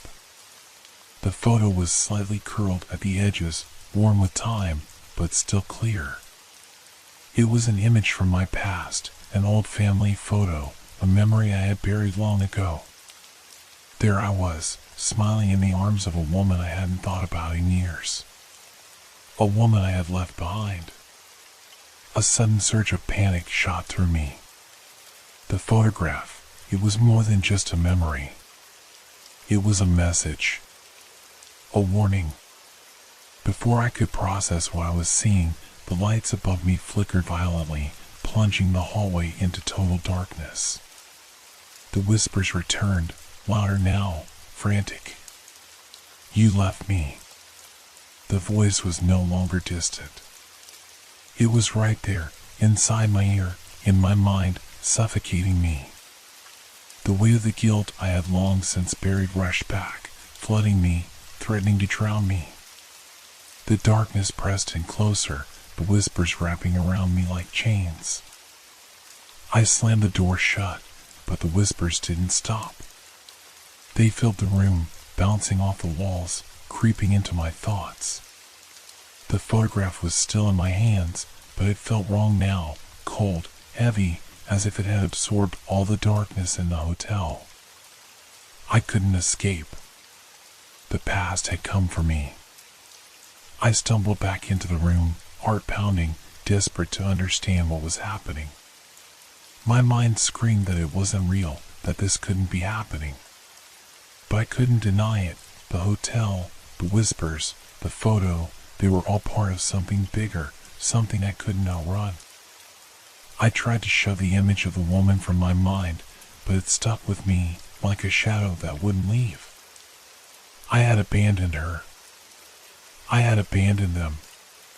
My past, my mistakes, everything I had tried to bury was now alive, clawing at me from the dark. I fell to my knees, clutching my head, overwhelmed by the realization. It was too late. The past didn't just fade away. It followed. It waited. And now, it had finally caught up to me. The photo slipped from my hands and fell to the floor with a soft thud. The room felt colder than ever, and the whispers were louder now, all around me, suffocating. I wanted to scream, but the words wouldn't come. I was drowning in the suffocating pressure of my own regret. And then, there was silence. A long, oppressive silence. I dared to look up. The photograph was gone. I couldn't hear the whispers anymore. The hotel was still. Too still. I stood slowly, fear still crawling through my veins, and walked toward the door. I had to leave. The past had claimed me, and I knew I couldn't stay here. Not anymore. But as I reached for the door handle, a cold hand brushed against my shoulder. I froze. I didn't need to turn around to know. I felt it, the weight of the presence behind me, the shadow that had followed me all this time. You will never leave. And then everything went black.